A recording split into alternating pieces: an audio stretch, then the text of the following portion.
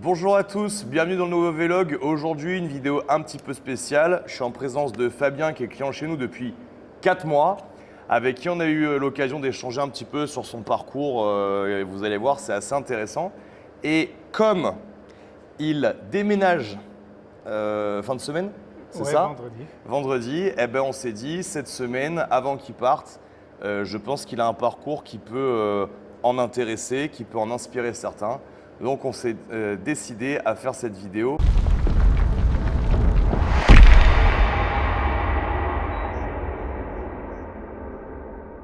Bienvenue, bienvenue. Je te laisse un petit peu te présenter et nous expliquer un petit peu ton parcours. Merci Guillaume de m'inviter, ton équipe et toi. Donc le parcours, je pense que c'est important de partir de loin. Et j'ai grandi dans les quartiers de la région parisienne, les pires quartiers. Ok? Toute la diversité, les Grecs, les Italiens, les Maghrébins, les Maliens, tout le monde ensemble. Et je pense que c'est important parce qu'aujourd'hui, on en parle beaucoup. On stigmatise les uns, ou on montre du doigt, ou on encourage en disant qu'il y a des excuses. Mais on venait tous du même endroit. Donc les quartiers, Mantes-la-Jolie, les Mureaux, voilà. Dans ma salle de classe, les flics débarquaient souvent pour arrêter les gars. Génial. Et ils ont débarqué une fois pour arrêter le prof. Donc, Oh, le départ. qui a sauté par la fenêtre. On était au rez-de-chaussée et il a sauté par la fenêtre. Bon, voilà. Magnifique. Donc le départ est là, malgré tout avec une famille qui soutient, avec Ok. des valeurs, grandi avec les récits d'Ulysse, Arthur, même le Sioux Crazy Horse, enfin voilà, c'est ce genre Ah, c'est intéressant de parce que culture. très souvent, à l'heure du wokisme, on essaie de casser la culture classique. Je fais juste cette petite aparté parce que vous devez comprendre que ce qu'on appelle donc ces canons classiques sont au départ des histoires et des épopées qui sont faits pour inspirer les jeunes. Ok, donc très souvent, quand vous avez des gens de valeur et que vous discutez avec eux, on a un petit peu les mêmes inspirations. Ouais, complètement. Euh, bon, mon grand-père était adjudant-chef dans les commandos parachutistes déjà. Ok, Mais mon père avait une culture chevaleresque très développée et je pense que c'est aussi peut-être ce qui fait la différence avec d'autres personnes qui ont eu plus de mal à s'en sortir. C'est d'avoir des valeurs ancrées dans quelque chose qui est constructif. Parce que des fois, ils sont ancrés dans des valeurs, mais pas les bonnes. voilà, c'est pas les mêmes et c'est plutôt communautariste et ça aide pas à construire une société. Donc, parti de là, avec cette idée de petit, rentrer au GIGN. Ok, C'était mon rêve, c'était mon truc, rentrer au GIGN. Et j'ai profité de rencontrer pas mal de gendarmes. Et un de ces gendarmes avait des piles de dossiers sur son bureau, il était en embonpoint plus. Et il me disait, tu sais, le GIGN, c'est moins d'un gars sur 100 qui va rentrer là-dedans. Le métier de gendarme, c'est autre chose, etc. Il ne faut pas penser GIGN. Ok. Et dans ma tête, ce 1 sur 100, c'était moi. Il fallait que ce soit moi parce que je ne voyais pas d'autres trucs. Donc très dynamique. Moi, j'ai fait des arts martiaux à partir de l'âge de 6 ans. ok. Dans ma fratrie, c'était obligatoire. On avait un jeu de stratégie à faire. Donc vu que mes frères me mettaient la pâtée aux échecs, moi je jouais aux dames. Et un art martial obligatoire. Donc j'ai commencé à 6 ans avec Roland Ernest, qui était une très très grande pointure en taijutsu. Et puis ben voilà, j'ai mangé tout ce que j'ai trouvé sur mon chemin. Donc ça m'a amené ben, malgré tout à faire des études et ensuite à basculer. Donc j'ai fait mon service militaire dans les chasseurs alpins. Ok. Alors ça, super truc, super expérience. Des mecs avec, on disait de nous, des petits jeunes qui pigent et qui galopent. Et c'est ça, on nous demande de piger ce qu'on dit, il faut piger rapidement et il faut galoper longtemps. Donc j'ai rencontré des gars avec qui, pas forcément des hauts gradés, mais des gars avec qui je serais allé au bout du monde jusqu'au sacrifice ultime. Ces mecs-là n'étaient pas nos potes, mais ils avaient quelque chose et ils pouvaient nous emmener. Donc ça, c'était très très formateur. J'ai fait un rapide saut à la vie civile Ok. en reprenant mes études, en bossant à côté. Et il s'est passé ce que mes instructeurs m'avaient dit. Fabien, la vie civile, tu vas pas aimer. Et effectivement, j'ai pas aimé. Ça a été un peu complexe, un autre monde. Du coup, je me suis engagé dans les commandos parachutistes et je suis rentré dans une première unité discrète et dans une autre qui n'aime pas trop faire parler d'elle, mais dans des unités d'élite. La première où j'étais formé au renseignement, c'est le 13e régiment de dragons parachutistes, Ok. donc, qui était à Dieuze à l'époque, maintenant qui est du côté de Bordeaux. Et la deuxième est plus discrète. Voilà. Donc, en général, quand on me demande ce que j'ai fait là-bas, je dis j'ai surtout appris et retransmis, appris et enseigné. Ok. Mais ce qu'on y apprend, effectivement, même hier soir, en parlant avec ma fille qui a 12 ans, il y a encore ce que j'ai appris dans ces unités qui revient et qui est là autant comme valeur, comme scale, comme échelle. C'est une sorte de... C'est un prisme de lecture en fait. Ok. Une fois qu'on est passé par là, on dit souvent les militaires sont formatés. Non, les militaires ont aimé ce qu'ils ont vu et pour eux, c'était des valeurs. Et à partir de là, ils essayent de conserver ces valeurs et de les emmener dans d'autres domaines. C'est très intéressant ce que tu dis parce qu'encore une fois, ça ramène à un point de vue où en fait on a les deux faces d'une même pièce et les gens vont être capables de donner une mauvaise image de quelque chose. Moi, quand j'entends les militaires, ils sont formatés, comme tu dis, je ne peux pas être d'accord au sens où ça reste, et je parle dans l'ensemble, les dernières personnes qui sont à l'heure, qui font des heures sup, qui ont le goût du travail bien fait, qui sont dans le toujours plus plutôt que dans le CAC, etc., etc. Et une fois qu'on a goûté à ce truc-là parce qu'on a été dans l'institution, c'est pas parce que le monde civil, lui, est éduqué à totalement l'inverse et au je m'en bats les couilles que ce sont les militaires qui ont un problème. Au contraire. Et je me dis, imaginons un monde utopique où demain un certain type de gouvernement passe au gouvernement donc, et à la gouvernance du pays et divise, imaginons par 5, 10 ou 15 le nombre de millis en France, je me demande comment ça va se passer sur le plan sociétal. Parce que on a encore des petits individus qui se baladent comme ça en sortie de vie civile avec des bonnes valeurs, qui ont eu un bon cadre pendant plusieurs années et qui sont utiles à la vie civile. Et le jour où cette proportion elle est divisée, je pense que ça va être pas mal le chaos. Donc, pourquoi je rebondis sur ce que Fab nous dit, c'est que très souvent, quand vous allez vouloir inculquer des bonnes valeurs, et ben, ceux qui ne les ont pas vont vous taxer de matrixer, de formater et vont utiliser des propos qui vous sont très condescendants. Ce n'est pas pour ça qu'ils ont raison de le faire. Voilà. Ouais, plus que ça, même dans cette perte du service militaire. Quand moi j'ai fait mon service, donc j'étais une promotion d'octobre, donc c'est tous les gens qui finissent leurs études qui rentrent là.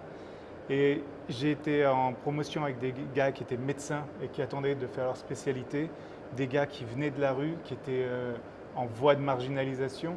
On a été vraiment une population très très diverse et c'est un vrai ciment. Tous les gens de tous les niveaux sociaux venaient se regrouper et apprenaient les mêmes choses, créer des valeurs communes. Et ça, c'est quelque chose… C'était l'égalité au moins à un moment de leur vie, quoi. Oui, c'est l'égalité. Et aujourd'hui, on parle de l'uniforme dans les écoles, etc. Peut-être que c'est une bonne idée, je n'ai pas à en juger. Mais quand on arrive à l'armée, que d'un seul coup, tout le monde a la même longueur de cheveux, les mêmes chaussures, les mêmes vêtements, etc. Voilà. Ça fait corps. Ça fait corps. Déjà, maintenant, si tu veux… Il y a déjà une égalité. Maintenant, si tu veux te démarquer, il va falloir te démarquer avec ce qu'il y a à l'intérieur de soi. Et pas sur ta casquette, tes chaussures, dernier cri, etc. Ouais, je suis d'accord. Donc ça, c'était quelque chose qui était plutôt important et que je trouve dommage qu'on ait perdu. Et dans ces unités, en fait, par la suite, les gens me disent « Ah Fabien, toi, tu es toujours très carré, très à fond. » Mais j'ai toujours été. En fait, à l'heure, arrivé à l'heure, va en retard à un cours de boxe thaï, mais ton cours, il va devenir l'enfer. Quand je faisais du judo en compétition, mais jamais tu serais arrivé à l'heure parce qu'en fait, c'est pas que toi que tu pénalises, c'est tes copains qui t'attendent aussi pour t'entraîner, pour échanger. C'est le cours que tu vas déranger. Et voilà, dans la plupart des arts martiaux qui étaient japonais ou coréens, un petit peu de chinois que j'ai pu étudier, puis de la boxe thaï, les mecs étaient encore plus martiaux que les mecs à l'armée. Ouais, c'est rectiligne. Surtout que dans les unités d'élite, on est souvent plus décontracté, une fois que les premières formations passées, plus décontracté que l'armée régulière. Donc ça, c'est une chose en fin de compte. quand tu as déjà ces valeurs-là, c'est là que finalement tu vas t'épanouir dans le domaine militaire et que tu vas créer ton éventail de compétences, y compris toutes tes compétences transversales. Apprendre juste le métier militaire puis retourner à la vie civile, taper sur une machine, un ordinateur, tu repars de zéro. Alors qu'en réalité, si vraiment tu apportes tes compétences, que tu continues de grandir, en réalité, quand tu retournes à la vie civile, tu ne repars pas de zéro. Et je dis souvent, ce que j'ai fait de plus impressionnant, c'est après ma vie militaire. J'ai travaillé dans l'intelligence économique. Ok. Donc j'ai fait pas mal d'investigations, des recherches de terrain, des recherches de criminels en col blanc avec des situations rocambolesques. Ah ouais. Ouais, il fallait que je trouve des gens qui étaient recherchés par pas mal de personnes, qui avaient détourné de l'argent de partis politiques, de plus ou moins des gangsters. Et donc ça, tu fais ça, c'était à quelle époque ça? Donc j'ai fini en 2005, je suis parti me former aux États-Unis en 2007. Donc c'est entre 2006 et 2010. Et donc tu pouvais utiliser Internet, les nouvelles communications pour ça, ou c'était 100% du terrain, du réseautage? Ouais, c'était plus du terrain. Ok. En fait, moi j'ai toujours été très axé source ouverte. Ok. Par les lectures, il y a beaucoup de revues qui donnent beaucoup d'informations. Et des fois, l'information, elle n'est pas très importante, mais conjuguée avec l'autre, tu sais. C'est là où je voulais en venir. C'est aujourd'hui, avec tout ce qu'on peut faire en open source intelligence, je voulais savoir si déjà à l'époque, c'était quelque chose que tu utilisais. Ouais, l'open source, je trouvais ça intéressant. Après, il y avait des endroits où je rentrais où je n'étais pas censé rentrer. Que ce soit au ministère des Affaires étrangères ou à l'Institut national des hautes études, l'Institut des hautes études de la défense nationale. Ok. Où on n'est pas censé rentrer, mais je rentrais comme ça, bille en tête, salut tout le monde, et j'allais chercher mes informations là où j'avais besoin. Génial. Des fois, je me faisais sortir, mais il fallait y aller au culot. Et, très fort. Il y a vraiment deux postures qu'on apprend dans le renseignement. La première, c'est celle-ci. C'est de briller tellement, T'es toujours chez toi. d'occuper, voilà, il faut occuper l'espace. Et j'aime beaucoup, il y a une scène dans Superman qui me parle, dans le Superman avec l'acteur britannique là. Ok. En fait, c'est dans les coulisses, les gars, les figurants qui l'accompagnent, ils disent, quand il marche dans le couloir, qu'il a les mains attachées là, ils disent, il était hyper impressionnant. Et c'est marrant de voir les acteurs qui disent qu'un autre acteur était impressionnant, mais il occupe l'espace. Mon prof d'aïkido, puisque je suis enseignant d'aïkido aussi, on n'a pas eu l'occasion. Mon prof d'aïkido a été voir des pièces de théâtre à New York et il a vu Al Pacino, qui avait un petit rôle dans cette pièce, mais qui prend plaisir. Et il a dit une fois qu'il est rentré sur scène, il a occupé l'espace d'un seul coup, alors que c'est un petit rôle et finalement il a vraiment ce côté. Donc, cette aura. Voilà, cette aura où finalement, c'est quelqu'un d'important. Donc il y a cette posture et il y a une autre posture qui est l'extrême inverse. On avait un instructeur, je ne vais pas dire son nom, mais un instructeur qui était très drôle et il nous disait, il faut que vous ayez des têtes de slip. En fait, vous suivez quelqu'un, vous êtes dans la file d'attente derrière lui, il se retourne, il vous voit et il regarde autour de vous, voir s'il n'y a pas quelqu'un qui vous suit. Il faut que dans sa tête, vous, c'est impossible. Vous êtes insipide. C'est ça. Ok. Donc, il fallait savoir jouer sur ces deux postures. Ah, c'est fort. Et ça apprend pas mal de choses. Ah, c'est génial. Donc, autant il y a cette culture de l'humilité, où on disait la discrétion et l'orgueil des grands. Donc, quand tu sais qui tu es, tu n'as pas besoin d'en faire trop. Ta discrétion et l'orgueil des grands. Des fois, on en faisait trop, ça devient presque trop orgueilleux. Quand on passait des fois des brevets à Pau avec les paras, avec d'autres unités, les mecs nous disaient « Ah, vous, c'est bon, on connaît le 13e RDP, vous allez vous enterrer avant d'aller à la cantine. » Enfin, ils étaient dans la caricature. Ouais, c'est la caricature, mais on cultivait un petit peu cette image de discrétion, d'échange. Mais ça ne m'a pas empêché d'échanger avec plein de gens, d'échanger avec un régiment de Cambodgiens. Mais là, c'est là où on parle d'open source. Putain, je rencontre des Cambodgiens, je n'arrive pas à échanger un seul mot avec eux. Je rentre, je passe par Paris, j'achète un dictionnaire cambodgien. Tout le week-end, je bosse dessus. Je reviens, je parle avec des mots de cambodgien. Ah ouais. Et donc, c'était ça. Mais c'était notre culture d'entreprise, entre guillemets. Ok. Mais du coup, cette culture d'entreprise t'apprend pour tout le reste. Bien sûr. Et ce côté open source, il est vraiment hyper intéressant. Et une fois que tu as compris les mécanismes, c'est facile après d'aller tirer les ficelles et voilà.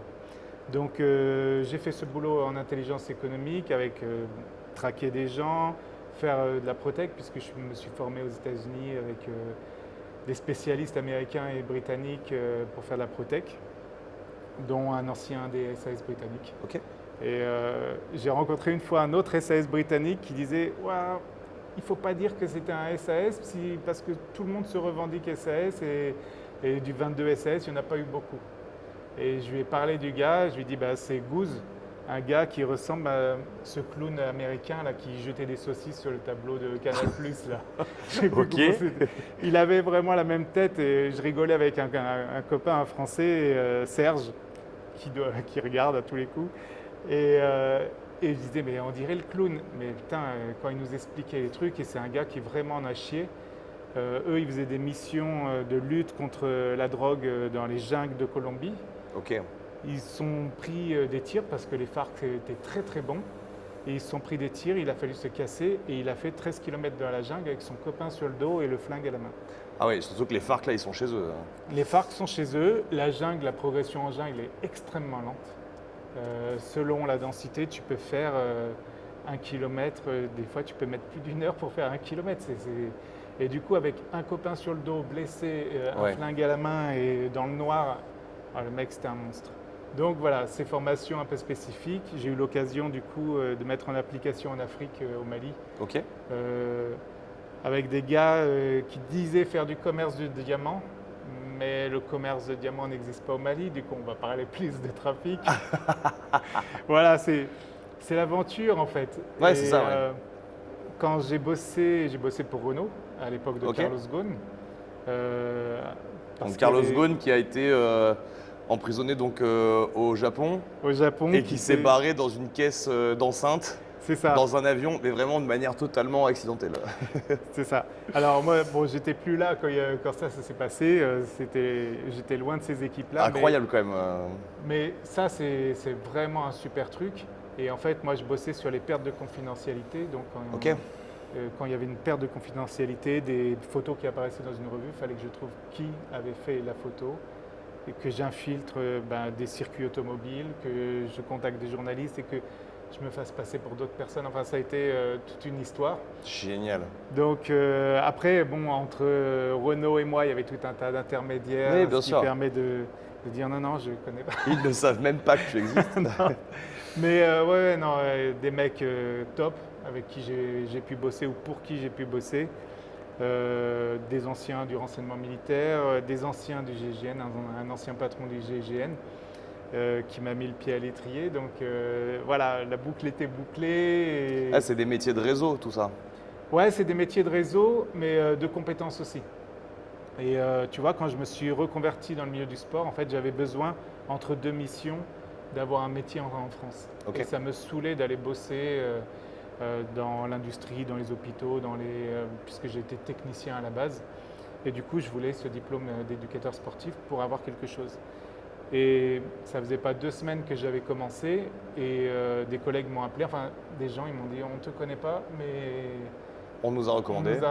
On nous a dit que tu étais bien, on part dans le golfe d'Aden, il faut aller protéger les bateaux pour le compte des assurances et on fera peut-être quelques sauts au Yémen pour d'autres comptes. Bon, pour faire du renseignement, alors pour qui, pourquoi, c'est autre chose. Bon, c'était ce monde-là et j'ai dit les gars, je finis ma formation d'abord et ensuite je reviens. Putain, extra, ça c'est en quelle année? Ça c'était en 2010. Ok. Et ça a signé pour moi la fin de mon travail opérationnel à proprement parler. D'accord. Parce que pendant que je suis en formation, je commence à avoir une perte d'audition à gauche. Ok. Et en fait, quand j'étais à l'armée, j'ai eu un accident où j'ai tapé la planète un peu fort. Ok. En parachutisme. Ok. J'ai eu triple fracture de la cheville, trauma crânien et j'ai toujours eu une douleur au fond de l'oreille. Ok. Donc ça, c'était quoi? Sur un exercice En exercice, ouais. En exercice du côté de Perpignan. Ok. Donc on atterrissait dans un terrain, pour ceux qui le connaissent, un terrain assez vague. Terrain assez vague du côté de Perpignan. C'est ça.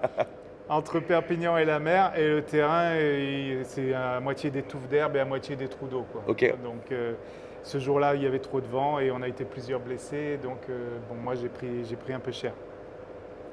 Et du coup, résultante ou pas, on ne peut pas faire de cause à effet, Bien mais sûr. j'ai toujours eu cette douleur-là.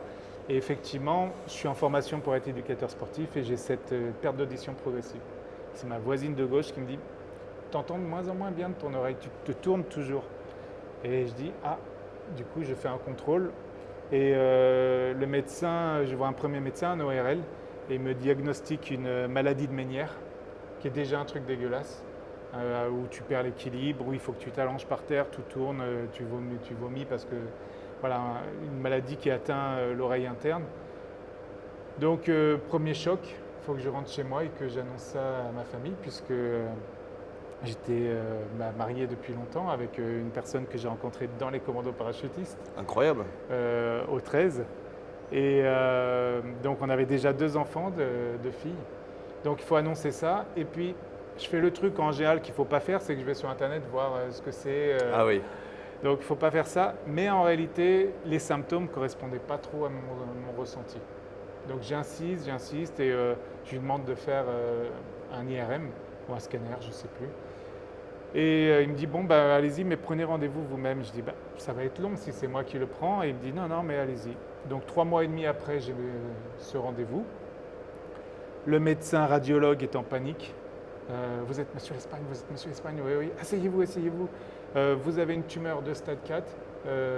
Voilà, il n'y a pas de stade 5. Hein, là, il faut être opéré dans les jours qui viennent. Et effectivement, j'avais une tumeur sur le nerf auditif, compressive, qui comprimait... Rien à voir avec Ménière, quoi. Voilà, rien à voir, qui comprimait un tiers du cerveau. Et voilà, donc la gaine du nerf auditif s'était abîmée. Et avait, en se résorbant, s'était résorbé à l'extrême et créé une tumeur compressive. Donc j'habitais à l'époque en Normandie. Ok. 2 endroits faisaient l'opération, donc Lille et Marseille. Après, il y a eu la Pitié-Salpêtrière qui l'a fait aussi. Mais je me suis dit, bon, quitte à mourir, autant mourir dans mon pays, je descends à Marseille. Et je suis descendu à Marseille me faire opérer. Et là, l'enfer, l'enfer commence. Donc 11 heures d'intervention chirurgicale, très hémorragique. 2 chirurgiens qui se relaient, il faut ouvrir, découper tout l'os, hein, on te bascule l'oreille sur le visage, enfin c'est des détails. Mais... Oui, d'accord. Et il passe par la gaine du nerf auditif, il remonte, il creuse et il gratte au fur et à mesure. Bon, la tumeur est hyper adhésive, donc dès qu'on tire un peu, bah, tout le cerveau vient, donc c'est très compliqué d'intervenir. Donc j'ai eu 2 interventions, celle-ci chirurgicalement et après avec un gamma knife, hein, des rayons gamma, Ok. comme Hulk. Ok. Ah, ceci explique cela. C'est ça. Et donc très dur, le réveil très dur. Toujours le sens de l'humour puisque la mère de mes enfants, qui était mon épouse encore à cette époque-là, vient dans ma chambre et me dit alors comment tu te sens et tout. Et je la regarde et je dis vous êtes qui? Alors là, le sourire est tombé et après elle a vu que je souriais, elle avait vraiment envie de me taper. Mais en plus, je l'avais prévenu. Bah, très bonne vanne. Ouais, très bonne vanne. Moi, j'ai trouvé, mais parce que voilà. Mais par contre, dur, très dur de parler après l'opération. Ouais. Tout est endolori, bien sûr. Ouais, non, mais ça doit être la douleur, ça doit être l'enfer. Ouais, la douleur vraiment. Ils t'ont découpé le lobe. En fait, ils découpent comme ça. Ok. Ils basculent tout et ils ont retiré tout un morceau d'os qui est remplacé par une prothèse en titane. Ok.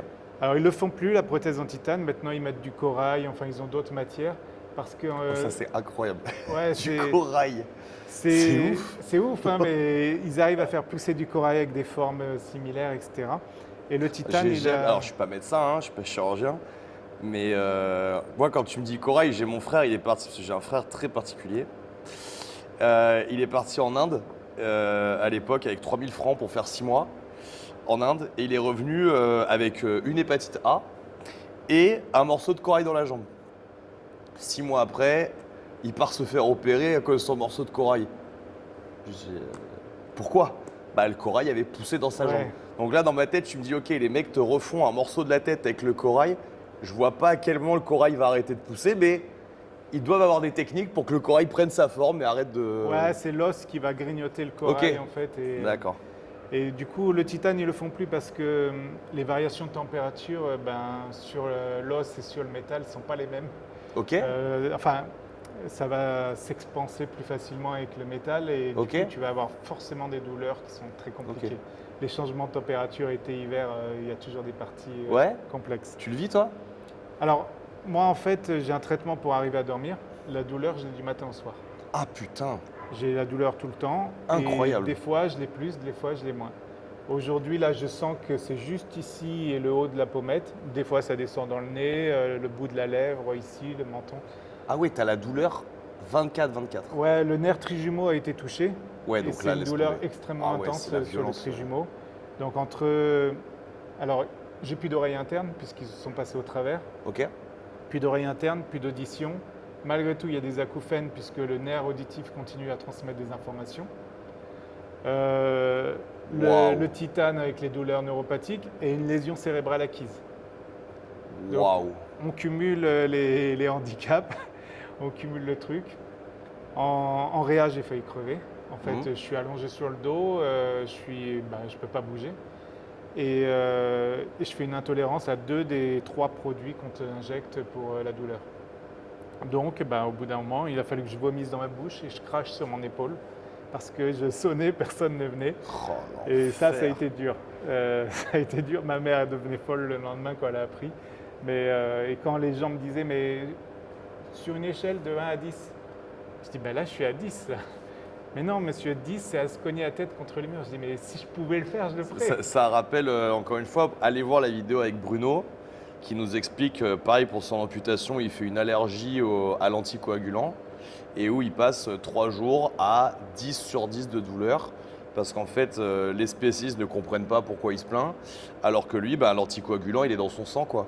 Donc il a l'impression d'être plongé dans une bassine d'eau bouillante 3 minutes, toutes les 3 minutes. Il expliquait, il avait une interruption, enfin une légère baisse de la douleur, 30 secondes toutes les 3 minutes. Enfin vraiment, ouais, vous êtes rentré dans des niveaux de douleur qui sont quand même... Et je savais pas que tu avais un traitement contre la douleur tout le temps. C'est quoi que tu as? C'est en cachet? Ouais, c'est en Ok. cachet, c'est un bêta-bloquant. Ok. Un truc un peu dégueulasse, un peu agressif pour le foie, mais bon, Ah, tu peux pas faire autrement. faut Hein. gérer. Faut gérer, des fois, faut le Bien sûr. baisser, des fois, faut monter. Bien sûr. Et j'en avais parlé justement avec Bruno sur la douleur, sur comment gérer ça, et c'est compliqué. Et en plus, il y a toujours cependant dire j'ai vu des petits gars ou des jeunes filles qui disaient rien, et c'est toujours les plus costauds qui viennent se plaindre, etc. Ouais, mais en fait, non. C'est qu'il y avait vraiment un problème. Et le truc, c'est que quand je leur disais 10 sur 10, vu que mon visage était impassible, ils disaient non, c'est pas possible. 10 sur 10, on se tord de douleur, on roule dans tous les sens. Mais non, je ne pouvais pas faire ça. C'était pas dans ma Bien sûr. culture. Bien sûr. Et ça t'empêche pas de brûler en enfer à l'intérieur de toi. Ouais. Ouais, c'est ça. Bien sûr. Et non, mais je ne pouvais pas être là à me plaindre. Ils l'ont vu par moments que j'étais vraiment au bout. Hein. Et tu as vraiment cette culture, c'est intéressant ce que tu dis, dans le corps médical. Moi, c'est le peu de fois où j'y suis allé. Hein. Tu as toujours ce côté, ouais, ça va, il est costaud. Ouais. Enfin, on voit vraiment que le corps médical, et en général, les médecins sont des gens qui fument, sont des gens avec du bide, sont des gens pas entretenus. Dès que tu arrives, que toi, tu es un peu gaillard, un peu sportif, etc., ils ont vraiment un biais où il faut qu'ils te chient dessus en t'expliquant que t'es pas assez dur au mal, t'es un peu une chochotte, t'en fais un peu trop. Et le problème, c'est que, alors, quand t'as une angine blanche, why not? Mais quand tu te fais opérer à te faire amputer quelque chose ou enlever la moitié de la tête, bon, c'est quand même vraiment très malvenu, quoi. C'est vraiment un manque. C'est vraiment un manque de. Et je suis pas sûr d'ailleurs qu'ils auraient ce même comportement avec les obèses, tu vois. Je suis pas sûr que quand ils ont un obèse qui est dans un état hyper mal en point, ils lui disent ouais fallait penser à nous qu'on est obligé d'être à 4 pour vous transvaser de. Tu vois, ils vont pas leur faire de remarques comme ça. Ouais, parce que Je le vois pas le faire en plus. Hein. Ce serait grossophobe. Ouais, il y tu a vois. une culture d'un petit peu de la complaisance et si toi tu te prends en main, tu te prends en main tout le long. Mais sauf que tes terminaisons nerveuses, c'est les mêmes que les autres. Oui, c'est ça. Et donc tu n'as pas le choix. Si tu devais endurer avec tes muscles, oui, si tu as plus de muscles, tu endures plus. On est habitué à être sous pression. Mais justement, quand tu as des anciens soldats ou des sportifs de haut niveau qui disent qu'ils ont mal, c'est qu'ils ont vraiment mal. Mon médecin me dit toujours, votre qualité, votre défaut, c'est que vous êtes dur au mal. Du coup, vous allez vous blesser plus parce que Ouais, on va plus loin. vous allez chercher plus On loin. va plus loin, bien sûr. On va se s'écoute fatiguer moins, plus. bien sûr. Et j'ai ce problème, moi, par rapport au handicap, c'est à me mettre en danger parce que j'ai envie de rien montrer. L'orgueil.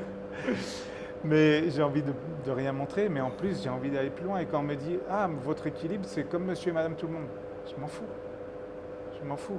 J'avais un équilibre qui était super, même si ce n'était pas transcendantal par rapport à un gymnaste. Mais je veux être au-delà. Quand on était au 13e régiment Dragon parachutiste, notre devise, c'était au-delà du possible. Et la phrase est hyper importante. Sur le travail, on porte des sacs qui font entre 60 et 80 kilos. C'est-à-dire que le sac peut faire ton propre poids. Et tu sautes de parachute avec. Donc, tu marches la nuit, tu t'enterres le jour, faut creuser. Bon, tu as tout un tas de protocoles où ce que tu creuses, bah, la terre, tu ne la mets pas sur le côté. Il faut qu'un gars, il l'emmène loin, et qu'il la répartisse, et puis tu ne l'emmènes pas dans un cercle autour de toi, sinon on peut identifier. Et les trous, en général, au 13, quand on s'enterre, bon, c'est des données qui sont maintenant connues, hein, puisqu'il y a eu plusieurs bouquins, on fait 2 ou 3 trous. Donc toute l'équipe n'est pas dans le même trou. Et le trou, certains trous, tu peux mettre une Panda 4x4. Et c'est invisible de l'extérieur. Ah, hein. Donc c'est vraiment du gros boulot. Et une fois que tu es dans le trou, bon, bah, tu vas chier dans des sacs étanches devant tes copains. Hein. Bon voilà, c'est tout un truc, c'est tout un univers. Hein. Et avec ce culte de la discrétion, si tu es repéré, ta mission est terminée. Donc voilà, ça c'était super intéressant. Enfin bref, du coup, je reviens sur ce handicap et tout ce que ça a gêné, puisque j'étais en voie d'être éducateur sportif et en plein milieu de ma formation, j'ai une interruption. Le directeur technique était un super type, c'était Robert Ritt, l'ancien entraîneur de Jérôme Le Banner en boxe taille. Je crois que c'était le premier entraîneur de boxe taille de Jérôme Le Banner. Et Robert, j'étais pas toujours d'accord avec lui sur sa façon d'enseigner, mais lui, il était directeur technique de la formation. Il prenait des gens, il dit je les mets dans ma machine et derrière je sors des putains de coachs. Et j'étais un peu pas toujours d'accord parce que je pense qu'on peut amener des gens au plus haut niveau sans avoir la même façon de travailler avec chacun. Mais c'est vrai qu'il avait des putains de résultats. Et d'ailleurs, on voit Jérôme Le Banner, même si Jérôme après a pris son propre chemin, voilà, il y a un potentiel de départ et puis quand tu rencontres les bonnes personnes. Malgré l'interruption donc de 6 mois, où je dois réapprendre à parler, à marcher, à bouger, la première fois que j'ai voulu prendre un verre d'eau sur la table à côté de mon lit d'opération, mon bras bougeait comme ça. Je ne trouvais pas le chemin pour aller chercher le verre d'eau directement. Donc je n'avais plus le schéma moteur. Ouais, tu as le tronc cérébral qui a pris un shoot. C'est ça, et en fait, des fois quand tu ouvres et que tu touches le cerveau, c'est la touche reset. Il y a des gens qui perdent même des parties plus importantes et qui perdent. Toi, tu n'as pas eu de perte de mémoire, tout ça? Non, j'ai pas eu de perte de mémoire. Et ce qui me va bien puisque j'ai une très très bonne mémoire. Je remonte très très loin dans le temps avec des détails très importants. Et ça a toujours été une de mes qualités. Du coup, c'est quelque chose. C'est important que tu n'aies pas perdu. Voilà, c'est ça. La parole s'est revenue rapidement une fois que les muscles reviennent, même si j'ai une légère paralysie des lèvres, etc. Maintenant, j'arrive à compenser. Mais voilà, il a fallu réapprendre à marcher et au début, je marchais à 4 pattes. À tel point que je suis devenu un spécialiste de la quadrupédie. Mais tu rigoles. Le mec s'est réveillé de l'opération, c'est devenu un guépard. Mais alors, je faisais déjà de la capoeira à l'époque, Okay. au moment où j'étais opéré. Mais effectivement, après, dans tous les coachings sportifs que j'ai faits, j'ai mis de la quadrupédie.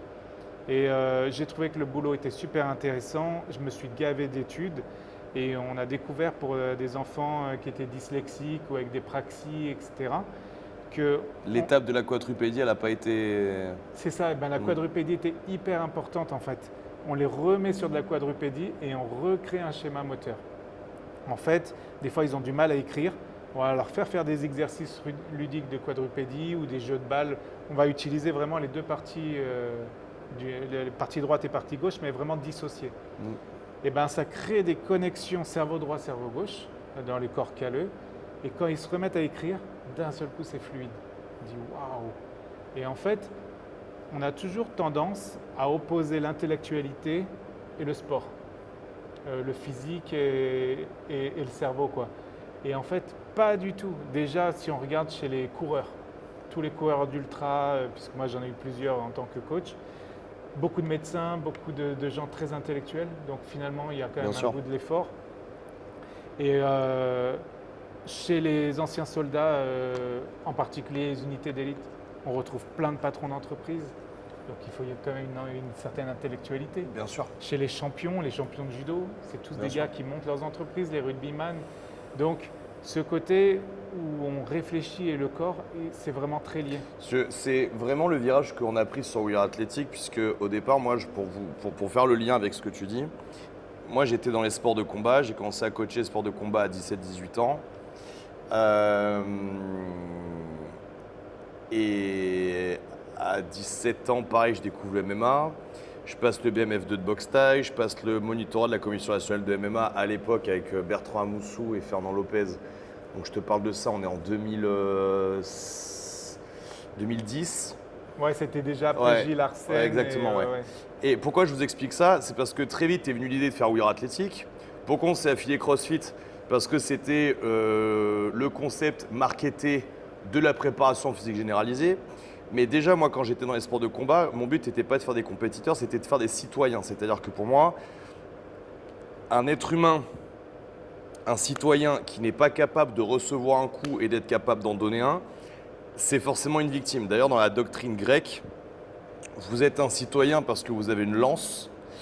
Et donc, dans la doctrine grecque, ce qui différencie un citoyen d'un contribuable, c'est donc son droit d'être armé.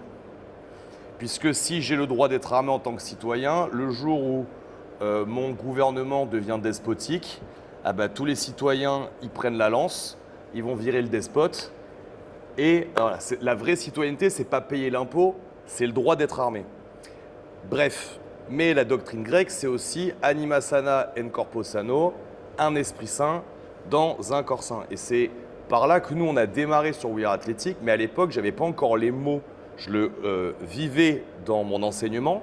C'est pour ça que j'avais un coaching très dur parce qu'en fait, je coachais des humains et pas des qualités physiques. C'est-à-dire que vous veniez vous entraîner chez moi simplement pour de l'esthétique, ça ne m'intéressait pas. Pour ceux qui remonteront dans mon Facebook qui date de 2007, vous trouverez beaucoup de posts où j'explique qu'avoir un physique sans les qualités physiques qui vont avec, c'est être une coquille vide, mais qu'en plus, le temps que ça va prendre de développer ces qualités physiques, au travers, je vais en développer des qualités mentales et intellectuelles. Et c'est pour ça qu'on a réussi à verbaliser quelques années après que We Are Athletic, c'est le développement personnel par le développement des qualités physiques. C'est-à-dire que, comme je le dis à chaque fois, et je suis parti pour cours d'haltéro, tu le sais, moi, mon but dans un cours d'haltéro, c'est pas d'enseigner l'haltéro, c'est d'enseigner la précision, comment devenir minutieux et comment le cerveau fonctionne.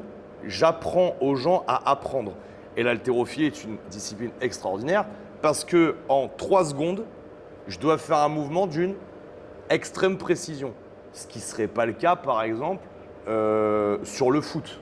Sur le foot, ma passe, elle est ultra précise et je suis comme ça tout le temps. Je vais être Ronaldo. Mes passes, elles sont complètement what the fuck et je sais pas, je suis pas très précis dans ce que je fais. Mais ça ne m'empêche pas de jouer en 6e division avec mes copains en division d'honneur. L'haltérophilie, c'est instantané. C'est-à-dire que dès que vous commencez à mettre un peu de poids sur la barre, soit vous faites preuve d'une extrême précision, soit c'est pas possible. On se retrouve aussi avec tout l'intérêt de l'apprentissage des sports de trajectoire, donc passer d'abord par la lenteur pour créer le bon schéma, etc. Bref, je le dis souvent aussi aux gens qui viennent en Coaching Week, j'utilise toujours les activités physiques pour coacher le comportement. C'est pour ça que dans le camp A, on délègue une initiation à un club de tir. Parce que, encore une fois, le tir, ça ne m'intéresse pas que les gens sachent tirer. Ils ne vivent pas avec une arme, ce n'est pas demain qu'ils vont en utiliser une. Mais passer 4 heures avec une arme dans les mains, me rendre compte que je suis capable de dextérité fine, que je suis capable d'appliquer des consignes de sécurité et qu'à la fin, j'ai pu me rendre compte que j'ai manié un truc ultra dangereux en restant safe, moi intérieurement, j'ai augmenté mon estime de moi parce que je m'aperçois que je ne suis pas plus con que la moyenne. Et qu'est-ce qui fait que les gens ont des problèmes psychologiques souvent? Ils ont vécu des expériences qui ont détruit leur estime d'eux-mêmes, donc par conséquence détruit leur confiance en eux, et donc derrière ils font du surplace. Donc le tir est une super activité pour ces gens-là, au-delà des compétences de concentration, etc., etc. Donc c'est pour ça que We Are Athletic, on a un éventail de pratiques aussi large, c'est parce qu'on a développé la capacité à avoir une discipline et à vous décortiquer, ok, qu'est-ce que cette discipline peut apporter aux gens? Qu'est-ce que le stretching peut apporter? Qu'est-ce que la boxe anglaise peut apporter? Qu'est-ce que la descente en rappel peut apporter? Il n'y a pas de lien entre ces 3 disciplines. Pourtant, en termes de développement personnel, elles ont toutes un impact. Et juste pour conclure sur cette digression, depuis les années, alors moi je vais dire plutôt les années 70, on a des gouvernements successifs, et je ne vais pas rentrer dans le débat, mais qui ont poussé une idéologie que soit on est intellectuel, soit on est physique. Et on a un système éducatif qui nous pousse à ça. Par exemple, si tu es bon en sport, c'est un peu normal que tu ne saches pas faire une dictée. Et alors que d'un autre côté, si tu es très bon à la dictée, c'est un petit peu normal que tu sois nul en sport. Et cette dichotomie entre les compétences intellectuelles et les compétences physiques ne tient pas quand on connaît comment se développe le cerveau, ne tient pas quand on connaît comment se développe le système neurologique, ne tient pas quand on sait à quel point l'activité physique est en fait l'un des principaux vecteurs pour développer des capacités intellectuelles de ténacité, de résilience, de goût de l'effort, de travail sur le temps long, etc., etc. Et si vous vous intéressez un peu à l'histoire, et je sais que ce n'est pas la mode en 2025, mais il n'y a aucune société qui a construit des hommes brillants en dissociant le physique de l'intellectuel. Et vous allez avoir des patrons du CAC 40 qui vont sûrement monter une super grosse boîte du jour au lendemain en ayant un physique dégueulasse. Par contre, ce qui va se passer, et j'en ai rencontré, c'est pour ça que j'en parle, arriver à 40 ans quand ils ont fait 2 AVC et qu'ils font 130 kg pour 1m70, en fait, ces gens-là explosent en vol, vendent leur boîte, achètent une maison en Martinique ou en Guadeloupe, et derrière, avec ce qu'ils ont vendu du CAC 40, ils prennent soin de leur santé et ils finissent leur vie comme ça. Ceux qui sont capables, par contre, de tenir leur boîte sur le long terme, c'est des mecs qui se laissent jamais aller à un niveau de dégueulassitude physique, à un niveau de non-hygiène alimentaire. Ce n'est pas des gens qui boivent jamais et qui mangent jamais un hamburger, mais c'est des gens qui ont un physique qu'ils ont entraîné, dont ils prennent soin, qui leur permettent de tenir la distance. C'est absolument impossible d'atteindre un haut niveau là-dessus. Et j'aime bien par contre ce nouveau courant, alors je vais essayer de ne pas utiliser de termes de politique, mais ce nouveau courant un peu entrepreneurial qui est en train de prendre le pas sur les réseaux sociaux entre les 20 et 40 ans, où la plupart des gens qui vont vous pousser à entreprendre vont aussi avoir un secteur de leur communication où ils vont vous pousser à vous mettre au sport, à vous mettre au sport de combat, à avoir une alimentation saine. C'est en train de revenir un petit peu et je pense que c'est intéressant. Ce côté un peu post-Covid où on revient un peu aux bases, les entrepreneurs français jeunes sont en train de mettre ça en place et je trouve ça intéressant. On parlait de vieilles valeurs, mais Périclès, l'inventeur de la République, était un champion de pancrace, donc du MMA de l'époque. Et quand on lit Marc Aurèle, qui est un stratège et un chef de guerre, il y a toute cette intellectualité. Marc Aurèle qui a créé un courant de pensée qui s'appelle le stoïcisme. Et encore une fois, vouloir être stoïque quand on n'a pas d'activité physique, compliqué. Oui, parce que tu parlais de ténacité, mais c'était hyper important. Et dans cette école du tir dont tu parles, dans une des unités où j'étais, voilà comment ça se passait. L'instructeur a la cible devant lui, toi tu es à 25 mètres, et il te dit vas-y tire, et après il te dit stop, ok, il te corrige, Ok, t'as compris? Ouais, ouais, ok. Bon, il avance d'un mètre et il se met entre ta cible et la cible de l'autre. Et il te fait signe, vas-y, tire. Et hop, l'autre, il tire devant. Et en fait, il commence par nous dire à nous qu'il a confiance en nous. Et c'est déjà, c'est chaud. Oui, alors, il faut savoir, pour ceux qui ne sont pas du milieu, le tir, il y a une ligne de tir. Tout le monde est sur la ligne de tir ou derrière la ligne de tir. Et vous avez interdiction formelle de passer la ligne de tir pendant que qui que ce soit sur la ligne de tir a une arme à la main. C'est-à-dire que pour qu'on puisse franchir la ligne de tir et aller aux cibles, tout le monde a soit son arme au holster dans les métiers professionnels, ou soit a son arme posée sur la table quand on est dans un instant d'FFC. C'est une infraction aux règles de sécurité. Mais alors, attention, il faut que je donne la totalité du spectre. Ça n'est pas une infraction aux 4 règles de sécurité. Arme, canon, doigt, cible, c'est pas ça. C'est une infraction aux règles de sécurité d'organisation d'un stand. Maintenant, là, on est sur l'unité d'élite. On est sur l'unité ultra spécialisée. Si ces gens-là ne peuvent pas faire usage de leur arme parce qu'il y a d'autres gens que la cible devant eux, ils ne tirent pas dans un centre commercial, ils ne tirent pas dans une voiture où il y a des gens, ils tirent dans aucune condition. Le vrai monde n'est pas un stand de tir. Donc, ils sont obligés d'apprendre à non seulement bien sélectionner sa cible, être sûr, habile et adroit, mais surtout dans des conditions où il y a dans mon axe de tir, dans mon champ de vision, des choses que je ne veux pas détruire, il va falloir quand même que, de manière rapide et précise, j'arrive à obtenir l'objectif sans avoir transgressé les 4 règles de sécurité de base du tir. Mais ces 4 règles de tir, arme, canon, doigt, cible, n'ont pas de lien avec ce phénomène de ligne de tir. C'est juste pour distinguer ça. Ça me rappelle, moi j'ai fait des formations qui sont souvent fréquentées par les gens de ces unités, de pilotage automobile. Ah oui. Et donc là, pareil, bon, j'ai emmené Orlan le faire et j'en ai fait moi 2 fois, une encore plus spécifique à Chamblay. MCS Training, je vous fais la bise, je vous revois bientôt.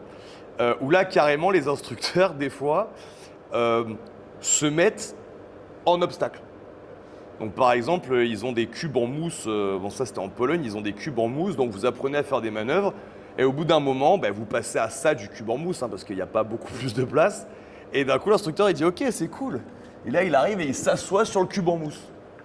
Donc 5 minutes avant, si tu loupais, le cube en mousse il volait, là si tu loupes, c'est ton instructeur qui s'envole. Mais ça t'oblige à faire un énorme level up de concentration, de précision, de rigueur. En fait, ça marche. Parce que ces gens-là font des formations. Ça marche parce que de toute façon, on est obligé, nous, de le faire. Dès qu'on commence à faire du CQB ou de la libération d'otages, tu vas avoir des tirs croisés. Bien sûr. Bon, le GIGN a un exercice de tir où ils se tirent les uns sur les autres. Avec le tir de confiance. Le tir de confiance. Mais c'est encore autre chose. Mais ce côté-là est intéressant. Mais dans cette école du tir, je me rappelle d'un truc que j'avais commencé dans les chasseurs alpins et qu'on fait dans toutes les unités. Tu as un masque à gaz avec tes cartouches et tu cours de 200 ou 300 mètres et ensuite tu t'allonges et tu tires. Et tu t'allonges, tu tires de suite. C'est-à-dire que tu es en hypoxie. C'est en hypoxie, ouais. Tu es même en hypercapnie puisque tu as saturé ton corps de CO2. Et tu n'as pas le temps de respirer. Il faut juste te concentrer sur ton tir. Et en fait, cet exercice mental permet vraiment de dissocier justement ce côté du physique et de l'intellectuel, mais en fin de compte, tu l'utilises en même temps.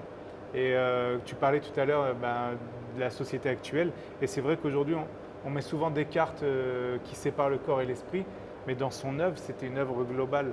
Et il en parlait séparément, mais ce n'était pas pour séparer le corps de l'esprit. Bien sûr. Et des fois, on s'appuie sur des choses. Si on n'a pas la globalité, on crée un raisonnement qui est faussé.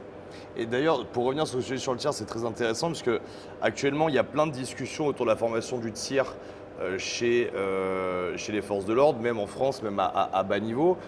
On a eu la chance d'accueillir Clément de Kimeira dans notre mastermind où on a eu cette discussion-là. Et aujourd'hui, ces techniques d'entraînement au tir de grande qualité que tu as pu suivre sont réservées à des unités très, très spécialisées. Alors que, pour vous donner un exemple, statistiquement en France, les gens qui sont le plus amenés à faire usage de leur arme, c'est la police municipale et police secours. Et donc ces gens-là, eux, bah, ils ont leurs 50 cartouches par an, ligne de tir, café, pourquoi pas limite bras franc à l'ancienne. Et donc, encore une fois, ça n'a aucun sens et on se retrouve avec des comportements que derrière, en plus maintenant, à l'heure des réseaux sociaux, ces pauvres forces de l'ordre qui n'ont pas la bonne formation ne se font pas louper, puisqu'il y a toujours un mec avec son portable pour vous filmer en train de ne pas faire la bonne action. Mais à partir du moment, je trouve ça très intéressant pour vous aider, vous qui êtes intéressé par cette chaîne, à comprendre comment vous devez organiser votre entraînement. Dites-vous bien un truc, c'est que si votre entraînement ne vous permet pas de développer une compétence qui va être transposable dans l'état de stress de la situation, ça ne fonctionne pas. Ça ne fonctionne pas. C'est pour ça que le SST, dans le diplôme de sauveteur sécurité du travail ou le PSC1. Alors, j'arrive sur la situation.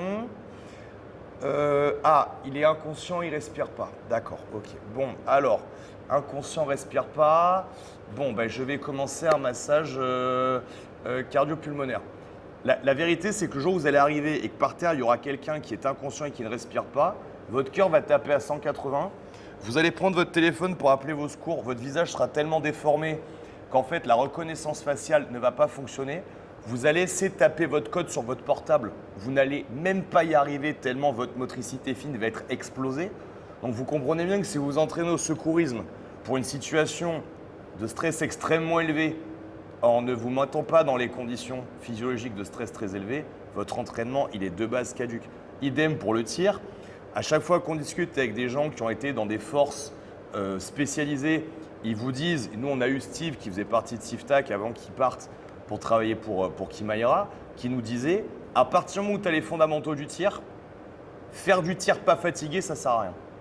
Alors que une fois que je sais faire monter, viser, presser, boum, que ma canette de coca à 25 mètres, sur 20 percus, je la tape 25 fois, bon, ben là, c'est plus le temps de chercher de l'extra précision. C'est je fatigue, je tire, je fatigue, je tire. Au fur et à mesure, j'essaie de faire des groupements, j'arrive à un très haut niveau de potentiel neurologique et physique, et ensuite, j'essaie de le maintenir le plus longtemps possible. Mais encore une fois, comprenez bien que si vous êtes dans les forces de l'ordre, et parce que moi, ça me tue de tomber sur des vidéos où on sait que vous n'êtes pas entraîné, vous êtes aujourd'hui au niveau d'insécurité maximale, vous êtes les plus exposés, vous n'êtes pas entraîné, que ça soit sur le plan physique, sur le plan martial, sur le plan secourisme ou sur le plan arme à feu, s'il vous plaît les amis, développez des entraînements qui vous aident à vous entraîner dans les conditions. Allez voir vos instructeurs, râlez, expliquez-leur que la réalité du terrain, ce n'est pas celle que vous avez à l'entraînement. Parce que le problème, c'est que tout le monde s'en fout et tout le monde va se moquer de vous. Moi, j'ai beaucoup de militaires, par exemple, qui me disent « Ouais, mais tu vois, quand nous, on parle de formation au tir un peu plus élevée, on nous dit « Ouais, mais les gars, arrêtez de vous prendre pour G.I. Joe. » Mais en fait, dis-moi si tu es d'accord avec ce truc-là. Le but de l'entraînement pour un opérateur, c'est pas de s'entraîner pour le 99% où ça se passe bien, c'est de s'entraîner pour le 1% où ça merde. Ben, de toute façon, on est dans ce 1% de la population qui va faire, c'est le 1% seulement qui est capable de faire une action d'éclat. Des fois, moi, je ne comprenais pas toujours ce qu'on nous proposait comme exercice. Par exemple, on fait un exercice de secourisme. Donc, j'arrive, je contrôle le pouls, etc. Et là, il y a un instructeur qui vient et qui gaze tout le monde à la lacrymo. C'est gratuit, c'est pas gentil. On se dit, mais quel est le but si c'est pas juste pour nous faire chier? Et en fait, non. C'est que là, il n'y a personne qui vous tire dessus. Et pour simuler dans le cerveau ce stress, eh ben, au lieu qu'on vous tire à côté ou qu'on vous tire, on va vous gazer, dans le cerveau, ça va faire la même chose. Et du coup, là, il va falloir commencer à réfléchir autrement, comme cette histoire de masque à gaz. Pour revenir au sport, donc ce parcours, je finis, je reprends, je réapprends à marcher, je reprends et je finis la formation, je crois avec deux mois de retard. Donc je bosse dur, je bûche, je me refais un physique et je me dis je vais repasser toutes les épreuves physiques sans aménagement. Je ne veux pas d'aménagement. Ce qui tombe bien puisque Robert, je pense que ça l'aurait fait chier. Et lui, il aime bien. Et d'ailleurs, j'ai fait à un moment un exercice de développé couché qui n'était pas mon point fort. Et j'ai fini bras droit, bras gauche. Il dit ça, c'est pas un exercice de développé couché. Bras droit, bas gauche, tu recommences. Putain, j'étais sur mon max, je ne pouvais plus. Et il dit, respire, ça, musique à fond, je respire, ok, je reviens. Et en colère, et j'ai fait encore mieux. Magnifique. Mais voilà, donc je réussis à passer mon diplôme et j'ai pas l'occasion d'être recruté par une salle, je suis recruté par des sportifs directement. Ok. Dans ce parcours sportif, moi ce que j'amenais tout le côté martial, ce que j'avais appris dans les dojos au fur et à mesure de ma carrière martiale et ce que j'avais appris dans l'armée. Ok, Et, génial. Dans cette culture. Du coup, dans le sport, ça a amené un autre état regard, d'esprit. Ouais. Et moi, j'aimais beaucoup en plus lire les études. Alors des fois, c'est chiant parce que l'anglais, j'étais pas au top. Des fois, c'est même des études espagnoles qui sont pertinentes. Ça me parlait. Et du coup, les gens… Toi, tu as appris toutes ces langues? Il y a un moment, j'ai parlé pas mal de langues. Pas mal. Aujourd'hui, moins. Il y a un moment, bon, dans ma carrière, j'ai dû être multilingue. Ouais, Yaochim. Je me rappelle du yougoslave un peu de russe. Voilà, mes enfants rigolent à chaque fois que je rencontre quelqu'un ou dans n'importe quel pays. Ils disent, mais combien de langues tu parles? C'est pas possible. Je dis, non, je parle quelques mots de quelques langues. Mais des fois, c'est suffisant. Après, ça aide pour fraterniser, créer le contact. Tu casses la glace. Voilà. Après, tu bascules sur l'anglais. Quand je suis allé au Mali, j'ai bossé avec un gars. Entre ce que je comprenais de l'arabe et ce que lui comprenait de l'anglais, je me suis créé un lexique. Et je me suis créé un lexique malien-français pour essayer de pouvoir communiquer. C'est dingue. Et ça me reste. Tu vois, voilà, pour moi, c'était pour ça. Et puis en plus, si tu as une bonne mémoire, c'est un truc qui te reste. Ouais. Et du coup, je suis recruté par des sportifs. Les deux premiers, Pierre-Michael Micheletti et Philippe Billard. Philippe Billard était le rédacteur en chef de la revue Ultra Mag. Ok. Donc, toutes les courses d'ultra, c'est tout ce qui dépasse le marathon. Et Micheletti était un ovni, en fait, maître de conférence à l'école de guerre économique.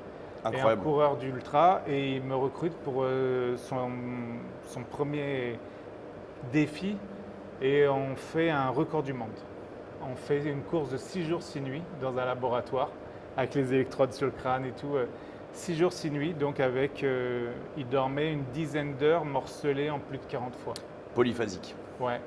Mais hyper impressionnant. Moi, j'ai dormi avec lui la nuit d'avant. Je bougeais, il se réveillait. Je m'arrêtais, il se rendormait, mais instantanément. Et quand je lui disais, par exemple, bon, ben là, tu vas dormir, tu as 4 minutes. 4 minutes de sommeil. Il arrivait, il se posait, il s'asseyait, 4 minutes, ok. Hop, il s'allongeait, il dormait. Et au bout de 4 minutes, j'arrivais pour aller le toucher. Les yeux s'ouvraient, il se relevait et on retournait. Donc ça a été hyper formateur aussi pour moi. Et bon, il y a eu toute la prépa avant, tout cet accompagnement, puis la nutrition. Puis alors, on a la nutrition de préparation et il y a la nutrition de l'épreuve. Dans l'épreuve, il faut que tu gères pour ne pas fatiguer l'organisme. Mais si à 4h du mat, il me dit je veux un steak haché, honnêtement, j'allais cuisiner un steak haché, quoi. Que steak frites à 4h du mat, c'est déjà arrivé. Parce qu'il fallait l'énergie et en plus, il était assez fin, il sentait quand il avait besoin de gras, quand il avait besoin… Et c'est des courses où il faisait exprès de faire du gras avant la course. Donc là, on établit un premier record du monde et qu'on a battu par la suite, je crois c'est 2 ans après, en 2012. Deuxième record du monde, cette fois-ci à la Cité des Sciences de Paris, avec Incroyable. les caméras de télévision sponsorisées par le Tour de France. Puis, en parlant de Tour de France, 1 an après avoir réappris à marcher, j'en viens à bosser avec des jeunes de cité qu'on met dans un centre, on appelait ça des EPID, établissements publics d'insertion de la défense, qui sont volontaires pour venir là et qui veulent s'en sortir. Il y a même des gars qui venaient de mon quartier à côté de Mantes-la-Jolie. Dingue. Et on les emmène sur une course, on fait la France en courant, 2800 km en 14 jours par équipe. Tous les départs à 3h du mat. C'est organisé par les boulangers de France, donc on est aux heures des boulangers. Et donc tu commences à 8 et tu finis à 3-4 parce qu'il y a les blessures, il y a les… Incroyable. Et 1 an après avoir appris à marcher, je fais cette course, on finit 5e. Avec des super coureurs devant nous, des mecs qui font les Jeux Olympiques, enfin des mecs impressionnants. Et donc ça fonctionne comment? C'est en relais, c'est ça? C'est en relais. Le camion te laisse, tu as un bracelet et tu dis, ben là je vais faire 1 km mini. Donc je vais faire 1 km, 2 km, 5 km. Et le camion part, tu cours et Il te récupère, il pose un il te autre. récupère, tu clapes le bracelet sur le mec qui te relaie. Ça a été épouvantable parce on avait des sponsors, mais pas non plus des trucs de fou. Et quand on a traversé les Landes, on n'en pouvait plus. Donc j'avais pris ma serviette, je mouillais la serviette. À chaque fois qu'un mec rentrait dans le camion, on l'enroulait dedans pour le rafraîchir. Et puis là aussi, il y a des moments où le camion il arrivait, je sortais mon duvet, je posais, je m'allongeais sur le duvet et je dormais. Et on le voit, il arrive. Ok, c'est bon, tu te lèves et tu te prépares. Et donc là, c'est des courses où tu cours jamais en dessous de 12 km/h. Putain. Jamais. C'est des courses de vitesse. Et en réalité, tu fonctionnes avec une équipe du matin, une équipe d'après-midi, parce que le matin, l'équipe du matin n'a pas le temps de finir, que celle de l'après-midi a déjà commencé. Donc c'est vraiment des distances à se partager. Et il y a eu un matin où avec un super coureur à qui j'avais été, je crois qu'il avait fini premier au championnat d'Europe de cross-country. On s'est fait 90 km à deux, en se relayant à deux. Donc un marathon dans la matinée chacun. Cadeau, allez. Voilà, et après tu as l'après-midi à faire et enfin voilà. Après, en ayant fait les chasseurs alpins, le 13, etc., ça reste quand même. Ouais, Toi, on part avec toi dans le massif des Écrins, normalement, tu peux porter notre sac. ouais. T'es un peu un Sherpa. J'ai aimé ce côté où j'étais Sherpa, mais là je sortais de formation pour être prof de muscu. Et Oui, j'étais t'étais un peu monstre. déconditionné, ouais. Ah, j'étais plus trop dedans, mais le défi était intéressant. Mais j'en ai eu plein des comme ça. J'ai fait il n'y a pas très longtemps, quelques années, un copain me croise, un apnéiste d'ici, un niveau mondial exceptionnel. Il me dit tiens, je voudrais faire le Téléthon, la traversée du port de Hyères à l'île de Porquerolles. Donc il y a 3h30 de nage. Je dis ah ouais, c'est pas mal. Et il me dit ça te dit de le faire? Je dis me demande pas ça, je suis trop con pour te dire non. Et C'est ce qu'on fait dans la version de Murph l'année dernière, Nico et Orlan. Ils se sont fait déposer à Porquerolles en bateau, ils ont fait la traversée jusqu'à la Tour Fondue, ouais. ils ont couru de la Tour Fondue à ici avec un gilet lesté, et ici ils ont fait 100 tractions, 200 pompes, 300 squats, et après ouais, ils sont c'est retournés faire 1,6 km. Ah ouais, nous, La journée, moi, il me dit ça, il me dit bon, bah, on s'entraîne samedi. Ok. Et je lui dis c'est quand l'épreuve? C'est le samedi d'après. Je dis non, mais tu plaisantes. Lui, il avait déjà fait le tour de Corse à la nage. Enfin, je dis tu plaisantes. Putain, quand on a commencé l'épreuve, j'avais pas fini de mes courbatures du premier entraînement. Et en plus, on part et plein vent et je le vois, il part plein pot. Et je dis mais t'es parti comme un fou. Dès qu'on fait la première pause pour boire, t'es parti comme un fou. Il dit mais avec le vent qu'on a, si on nage pas vite, on recule. Et effectivement, donc on avait deux bateaux qui nous suivaient, les mecs de la SNSM, il y avait France 3 incroyable. avec la caméra et tout. Et dès qu'on passe le cap d'Estérel, donc on longe à toute la capte et tout ça, dès qu'on a passé le cap d'Estérel, on se retrouve en pleine tempête avec des creux énormes. Les mecs de la SNSM nous perdaient de vue, ils nous cherchaient. Ah ouais, dans les creux. Dans les creux. Oh là là là. Et nous, on nageait là avec nos masques tuba. Mais c'est le moment où on s'est le plus régalé. Parce que tu glisses, tu relances quelques brassées, et puis tu as les thons rouges qui te passent dessous. On disait qu'il n'y avait plus de thons rouges, mais nous, on en a vu passer dessous, qui te passent sous le ventre. Et c'est pas très profond entre la terre et Porquerolles. Enfin, des choses magnifiques. Incroyable. Donc voilà, ça c'était encore un autre truc. Voilà. Donc après ces coureurs-là, ces records du monde en course à pied, j'ai eu Déborah Ferrand, que j'ai rencontrée dans le milieu de l'apnée, puisque je faisais de la compétition en apnée. Qui elle était parachutiste. Elle avait déjà établi des records du monde en parachutisme. Et on copine, on devient très potes, je lui fais sa prépa physique et elle a fait 17 podiums internationaux, 2 titres de championne du monde, 2 fois championne du monde civil et militaire de précision d'atterrissage. Alors elle, il faut qu'elle se pose sur une pièce. C'est-à-dire que sous le talon, sous la semelle, ils ont une épaisseur et il y a un petit carré sous la semelle. Et du coup, il faut qu'elle aille poser son talon quand elle freine et qu'elle pose sur le centre de la cible.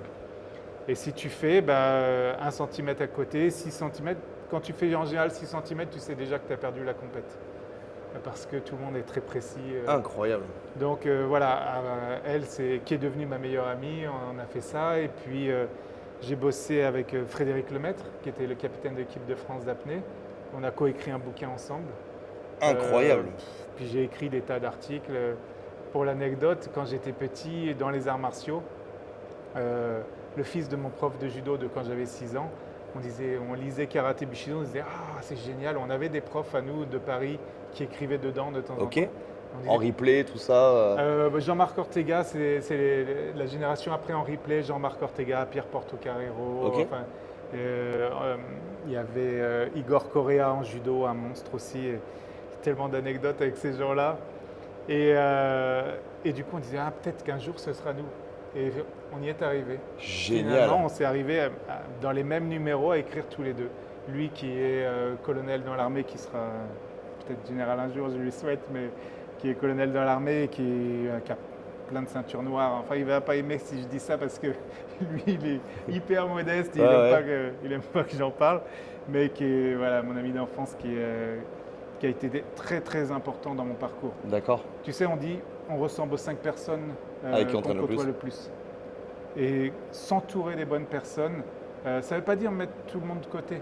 C'est qu'il y en a certains, il faut les mettre un peu plus loin. Ouais. Parce qu'ils vont te plomber, ils vont te déséquilibrer. Il faut s'entourer de ceux qui vont te stimuler. Tu le vois bien avec ton équipe. Il faut que tu les tires vers le haut et qu'eux, ils puissent te tirer vers le haut. Enfin, voilà, Ça est dans les deux sens. Voilà, donc ce parcours sportif entremêlé avec une multitude d'accidents. Avant d'arriver ici, tu as vu quand je suis arrivé le premier jour, je ne marchais pas. Ouais. Avec une multitude d'accidents, voilà, cette ténacité.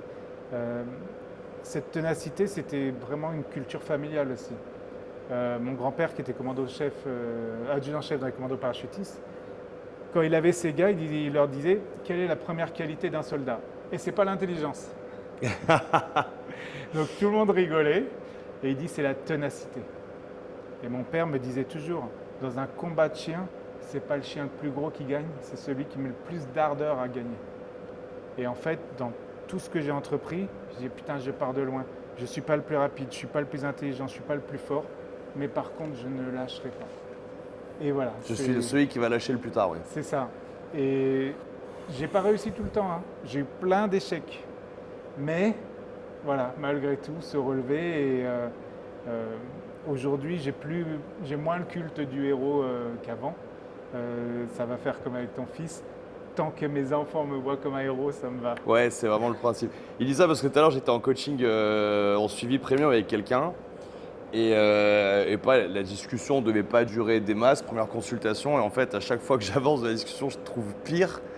Et donc, j'étais avec quelqu'un qui, au départ, a des problèmes d'alcool. J'appelle ça l'alcool mondain, c'est-à-dire qu'il boit beaucoup. Mais c'est pas lui qui aime l'alcool, c'est parce qu'il fait beaucoup d'apéros avec des amis. Puis finalement, on creuse et on s'aperçoit qu'en fait, pas du tout, c'est parce que ça le détend. Et je l'entends vapoter par-dessus, et le mec doit perdre 15 kilos. Et il part dans des phrases qui n'ont pas beaucoup de sens, au sens où il dit oui, mais le problème, c'est que quand on me propose un verre, j'ai peur que la personne, elle prenne ça comme un manque de respect, que je dise non. Donc je pense qu'il a entendu quand je lui ai dit... Alors, moi j'ai une question. Si tu veux, on peut foutre du respect partout, parce que c'est très à la mode le mot respect. Est-ce que tu penses que est-ce que tu vivrais bien que ta femme prenne 15 kilos? Alors il me dit, bah non, évidemment non. Je dis non, tu prendrais ça comme un manque de respect envers elle et envers toi, sauf que toi, c'est ce que tu as fait à ta femme. Donc peut-être que tu devrais d'abord chercher à te respecter toi et à respecter ta femme, avant d'essayer de foutre du respect auprès de gens dont tu as en réalité, au final, rien à faire. Et donc après, j'ai appris qu'il était père de famille de 2 garçons. Et je lui disais, là, le problème, c'est que toi, tes enfants n'ont pas décidé d'être là. Personne n'est le père parfait. Mais tes enfants te voient vapoter 400 fois par jour en train de sucer une clé USB. Et quand tu es chez tes amis avec tes enfants, ils voient que au niveau alcool, tu as le lever de coude facile. J'ai une question à te poser. Est-ce que tu es vraiment sûr de donner le meilleur rôle modèle à tes enfants? Parce que là, dans le culte du père inspirant, je ne doute pas que tu leur donnes de l'amour. Je ne doute pas que tu te tues au travail parce qu'il est artisan pour subvenir à leurs besoins, etc., etc. Mais tu vois, il y a encore cette fenêtre de tir où tu pourrais progresser. Donc j'utilisais l'image de est-ce que tu penses que tu es le père que tu aurais aimé avoir? Et il me dit, bah, en plus, c'est difficile parce que moi, voilà, j'ai pas eu trop d'image paternelle, etc. Et je dis, bah, justement, tu n'as pas besoin d'avoir une belle image paternelle pour réfléchir à quel père j'aurais aimé avoir et quelles sont les actions que j'ai concrètement actuellement par rapport à celles que je mettrais en place si je devenais le père que. Et ça, c'est un truc qu'on retrouve beaucoup dans les suivis premium et c'est pour ça qu'on ne prend pas de gens qui ont des troubles de ce style dans les coachings alimentaires parce que le coaching alimentaire, c'est fait pour apprendre aux gens à manger quand ils savent juste pas quoi manger, alors que les consultations de suivi premium sont beaucoup plus faites pour faire un travail d'hypnothérapie, parce que avoir ce type de discussion, vous ne vous en rendez pas compte, mais on est déjà dans l'hypnothérapie. L'hypnothérapie, c'est apprendre aux gens à changer de paradigme et leur faire des suggestions qui vont rapidement mettre leur cerveau dans un autre mode. Là, le mec a commencé la consulter avec moi en disant « Ouais, alors voilà, j'ai des problèmes de poids et j'ai pas de problème d'alcool, c'est pas vraiment ma faute. Ah, ouais, en fait, j'ai vraiment des problèmes d'alcool et de confiance en moi. Ah, mais en fait, je suis tout à fait capable de les combler par moi-même. Il suffit que je mette les choses à leur place et que je vois les choses d'un point de vue et pas de mon point de vue actuel. » C'est aussi pour ça que dans notre communication, on a l'outrecuidance de dire très régulièrement qu'on arrive à régler 5, 10, 15, 20 ans de troubles du comportement alimentaire en une discussion. Ce n'est pas une simple discussion, ce n'est pas juste un étalage de quel est ton problème.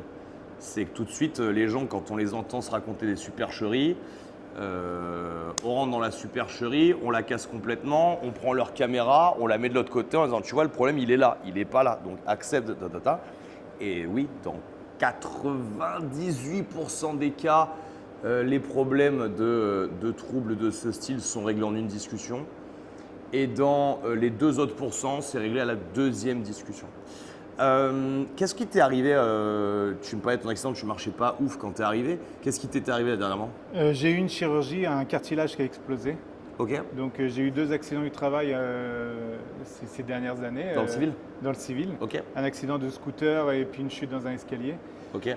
Le cartilage n'a pas aimé, il a explosé en morceaux, il a fallu retirer les morceaux, aller creuser l'os.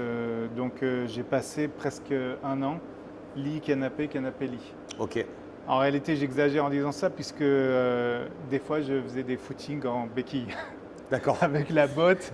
On ne se laisse pas crever. Mais malgré tout, je me faisais pourrir par le kiné et la chire. Et donc voilà, ça a été très compliqué. J'avais bien pris du poids. Et quand du coup j'ai voulu reprendre, je connaissais le CrossFit depuis que j'étais allé aux États-Unis, puis le travail avec les soldats américains, j'avais déjà eu. Mais je m'étais jamais plongé à cause de ce que je voyais sur les games en fait.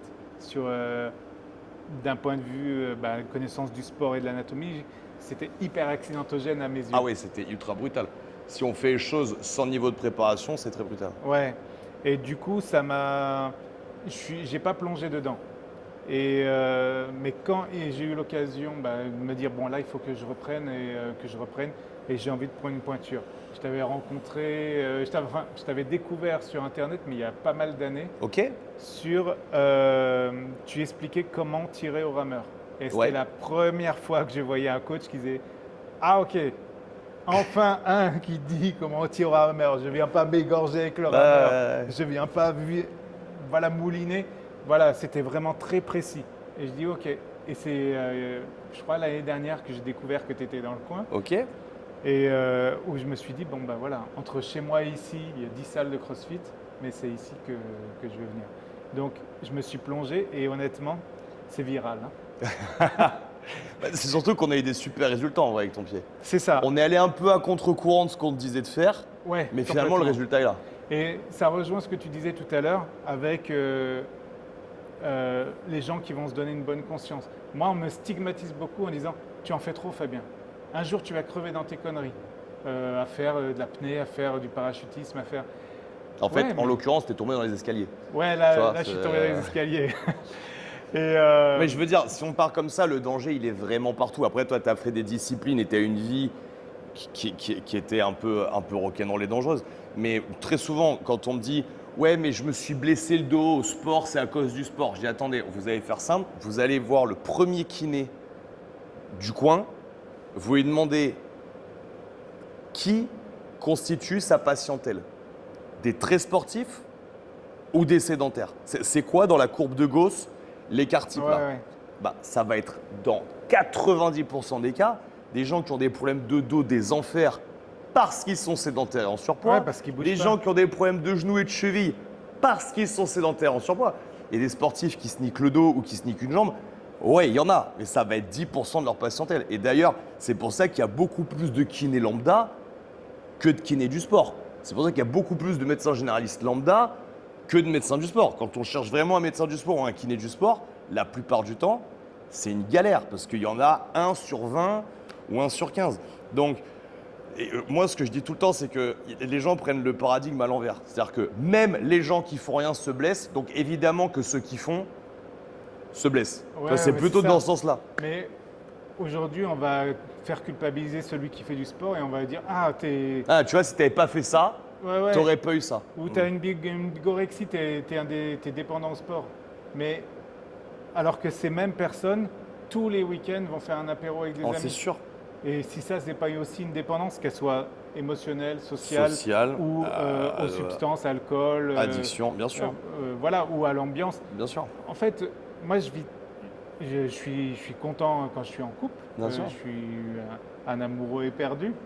Mais par contre, quand je suis seul, je vis très bien. Bien Je sûr. n'ai pas besoin de cet environnement. Quand je fais la fête, les gens me disent ah, t'es pas fun, tu bois pas. Au contraire, les gars, Je j'arrive peux à faire la m'amuser fête, bien sûr. sans avoir besoin de On a boire. passé une très bonne soirée d'ailleurs. Ouais, ouais. Et on n'était pas esquintés. Et pas du Enfin, tout. moi, c'est moi qui faisais c'est moi qui faisais Les comment- voyages. le patou. Ouais, ouais. C'est moi qui faisais le patou du troupeau. Donc, moi, j'ai pas bu, toi, t'as pas bu. C'était une très bonne soirée. Ouais, ouais, Tu vois, bonne soirée. Donc voilà, et en fait, non, je ne suis pas dans l'extrême. J'ai été dans l'extrême, mais parce que c'était une nécessité professionnelle. Bien sûr. Donc voilà, quand on te dit, dans nos unités spécialisées, on avait plusieurs façons de travailler, high profile et low profile, donc les armes visibles ou les armes invisibles. Quant à l'arme invisible, on te dit jamais tu dois montrer ton arme. Il y a même des tests où, ouais, je pense que je peux le raconter celle-là, Tu peux. où on met tous les mecs dans une pièce, on les appelle un par un et on va leur donner de l'équipement. On va leur dire tu as un sac, tu as une carte, tu vas faire ceci, telle mission. Voilà, c'est un exercice. Par contre, toi, vu que tu es adjudant, vu que tu es machin, on va te donner un pistolet automatique. Tu le mets au fond de ton sac.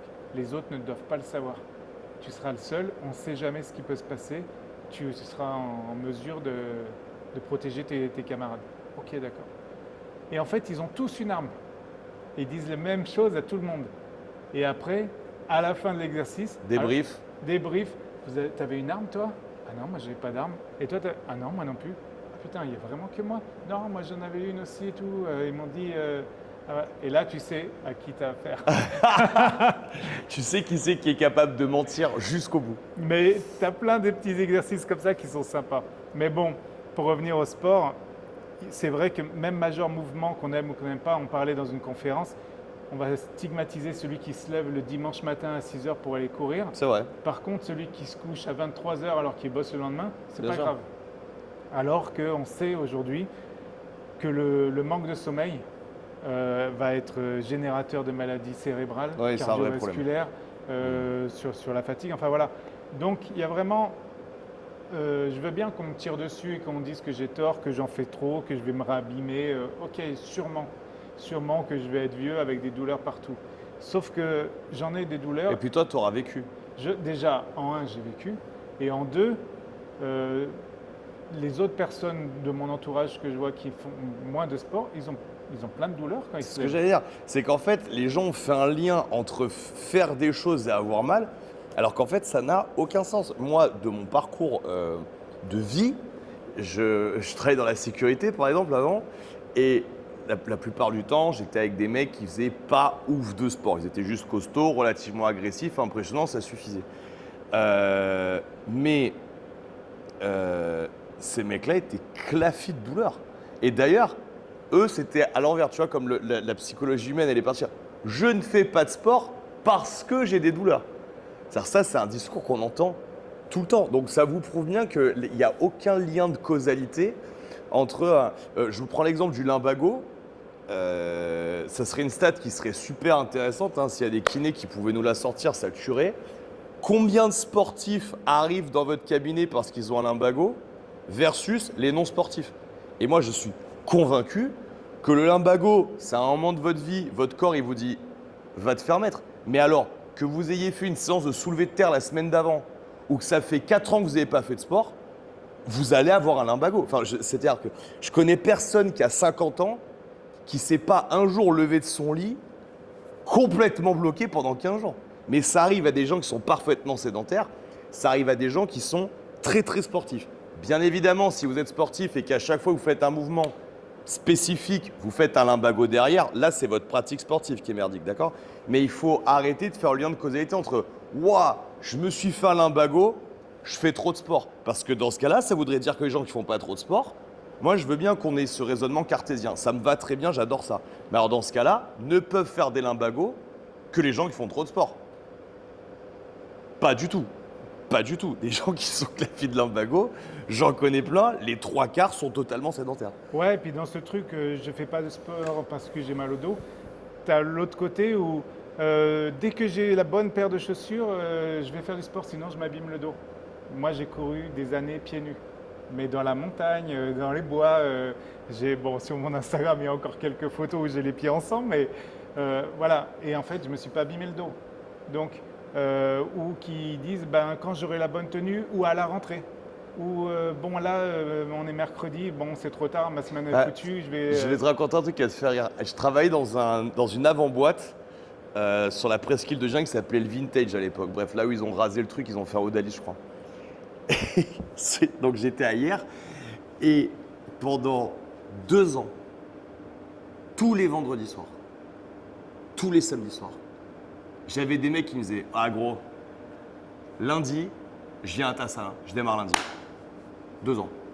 Je l'ai croisé vendredi, samedi, lundi gros, hein. Lundi, là je devais venir ce lundi-là, j'ai eu un truc, mais lundi je suis là. Et, El Famoso, je démarre dans 2 jours. Je démarre dans 2 jours, 2 ans après, je n'ai pas démarré. Ouais, c'est ça. Il y en a beaucoup qui en parlent aujourd'hui. Un jour, je ferai ça. Non, jour 1, c'est aujourd'hui. Ouais, c'est maintenant. Et de ce côté-là, ça me fait penser à une phrase de Mike Horn où il dit quand je pars en expédition, c'est pas quand tout est prêt, quand tout est réglé. Il dit quand j'ai déjà réglé 10% de mes problèmes, ça y est, je commence à partir. Et le reste, je le règle au fur et à mesure. Au fur et à mesure, bien sûr. Et les problèmes, je les règle un par un.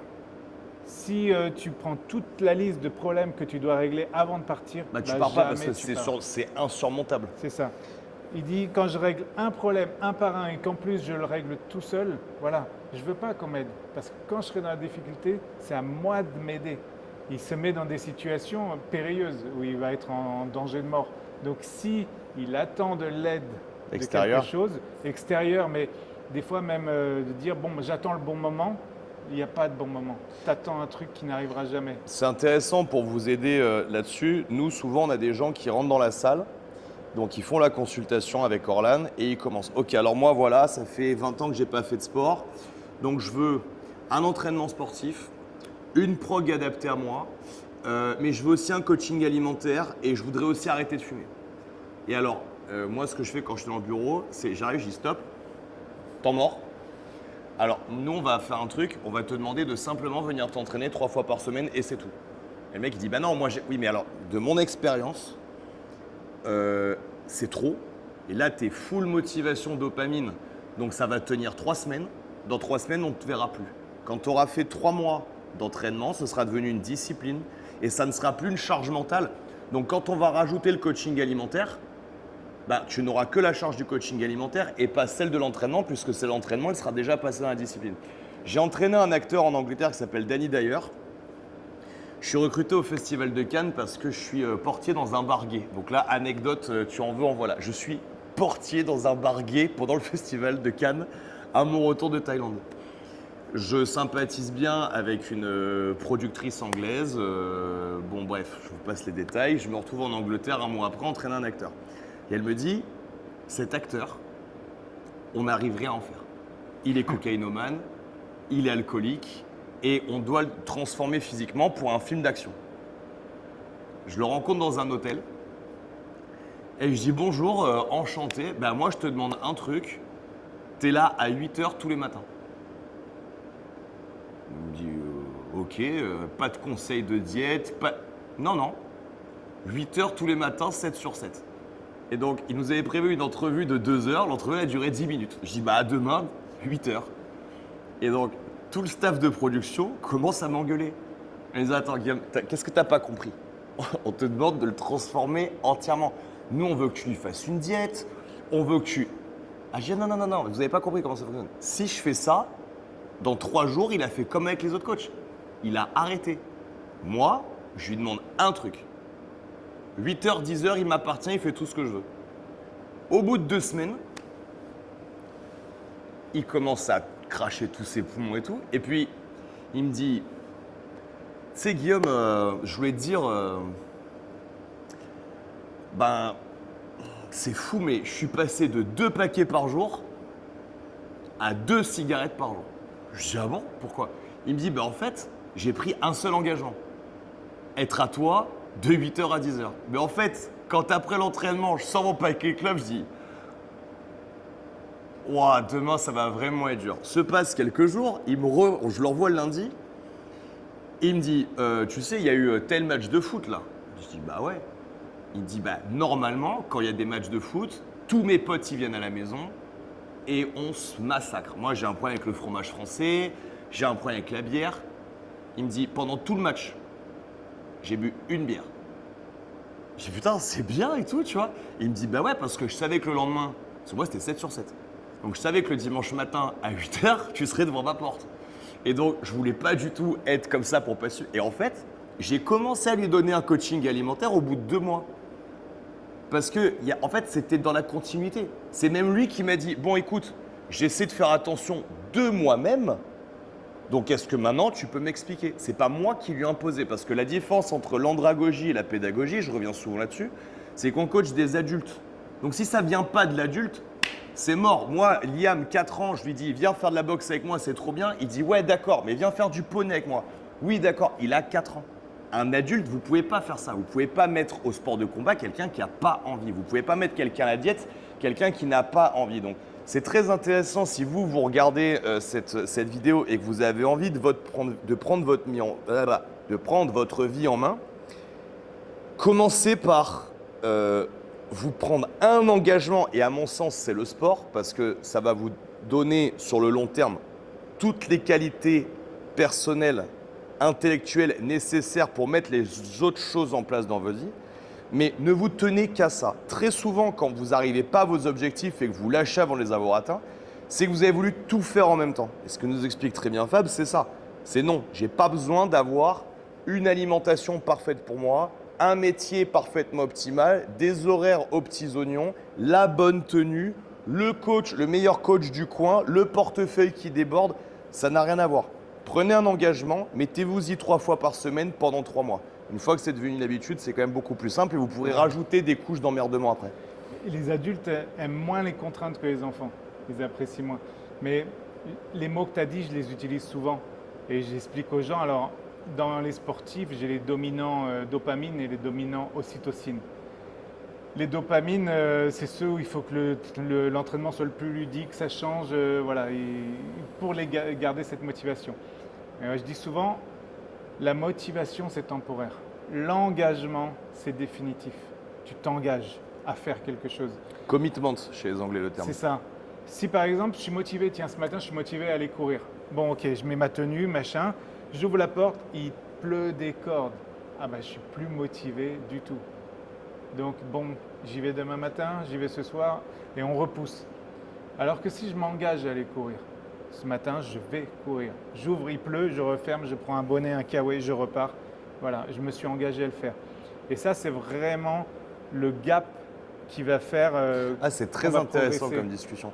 Ça me renvoie, moi, à des moments où j'ai fait des entraînements que j'aurais jamais dû faire parce que je pense que ça n'a pas amélioré ma santé mentale, ma santé physique.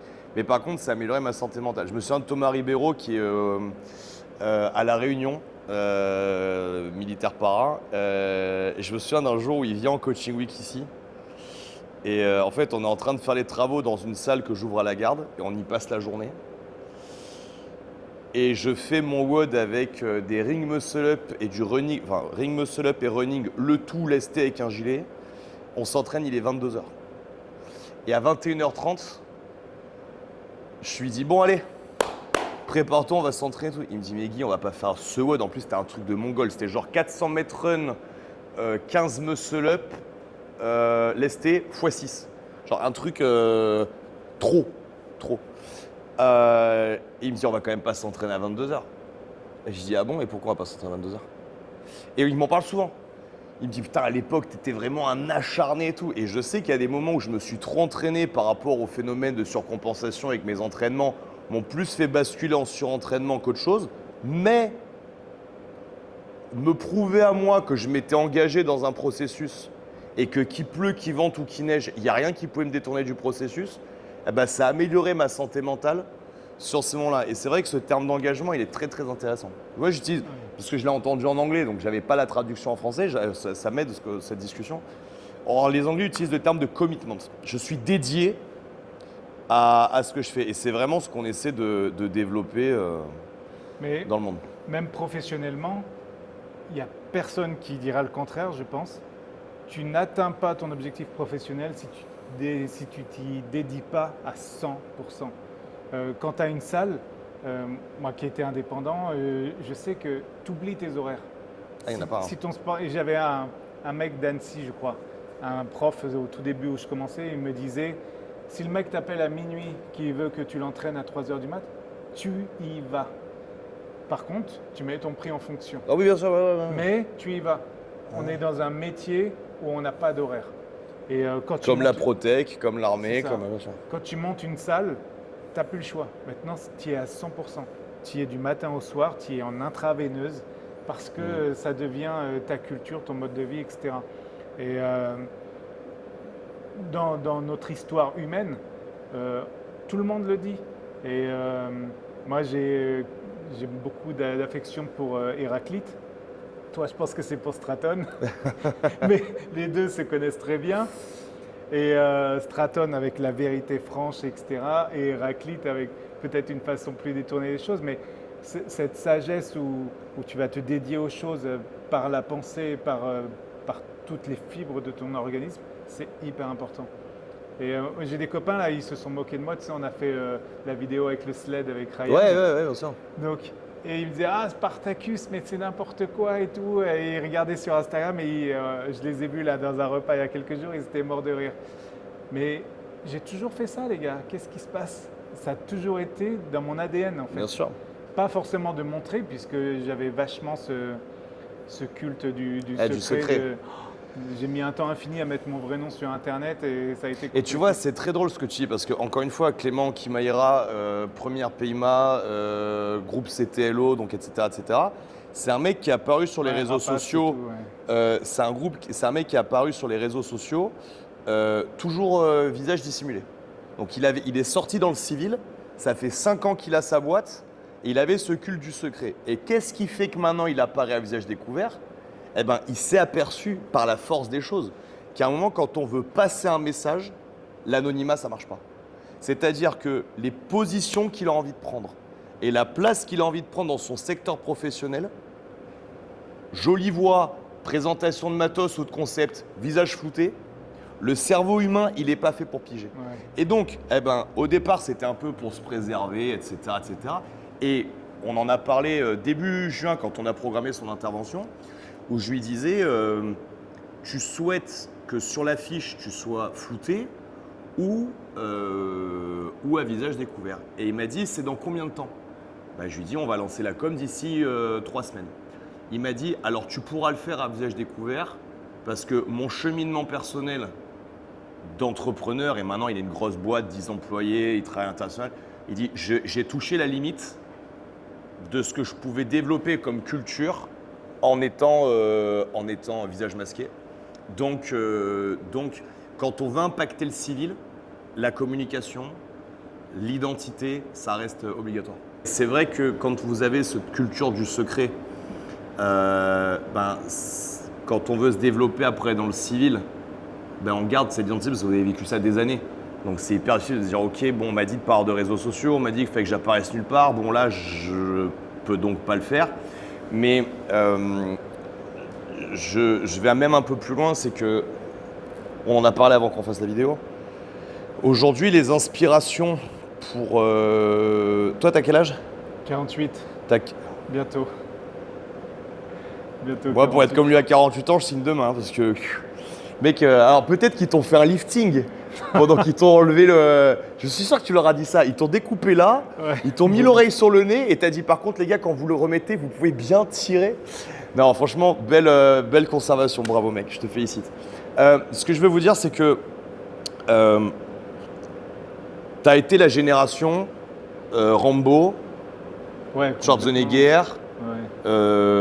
un peu Mike Tyson, un peu Rocky, un peu ce truc-là. Donc c'est full mongol, full testo, full too much. Mais il y avait quand même, encore une fois, ces canons classiques de l'héroïsme, de l'idéologie jusqu'au boutiste, de je suis prêt à mourir pour un idéal, alors avec des stéroïdes et de... Bon, d'accord.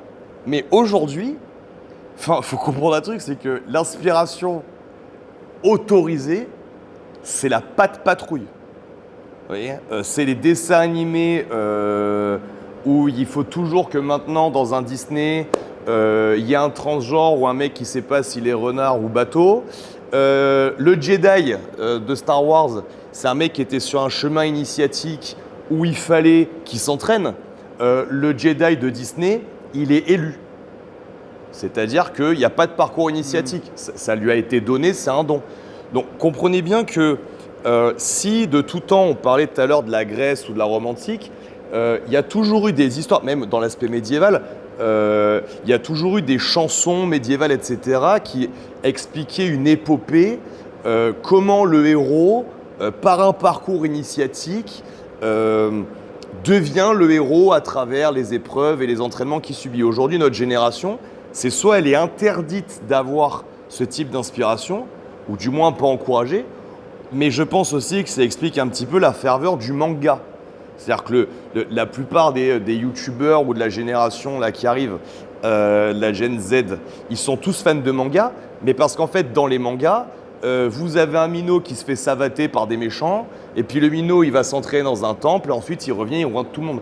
Donc, ce qui est très drôle, puisque le manga étant la culture japonaise, culture raciste par excellence, culture fermée par excellence, et vous avez actuellement toute la gauche LFiste qui est en kiff absolu sur le Japon, alors que, encore une fois,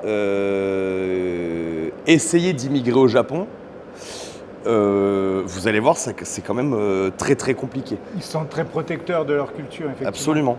Mais quand tu parlais de tolérance et d'inclusion, etc., c'est Dostoïevski qui disait dans une société, donc c'est pas d'hier, hein, Non, non, ouais. mais dans une société d'hyper-tolérance, les gens les plus intelligents seront obligés de se taire. Et quand moi j'étais à l'université de Nanterre, avec mon grand frère, on militait pour les droits LGBT, on militait pour l'intégration, l'acceptation, etc.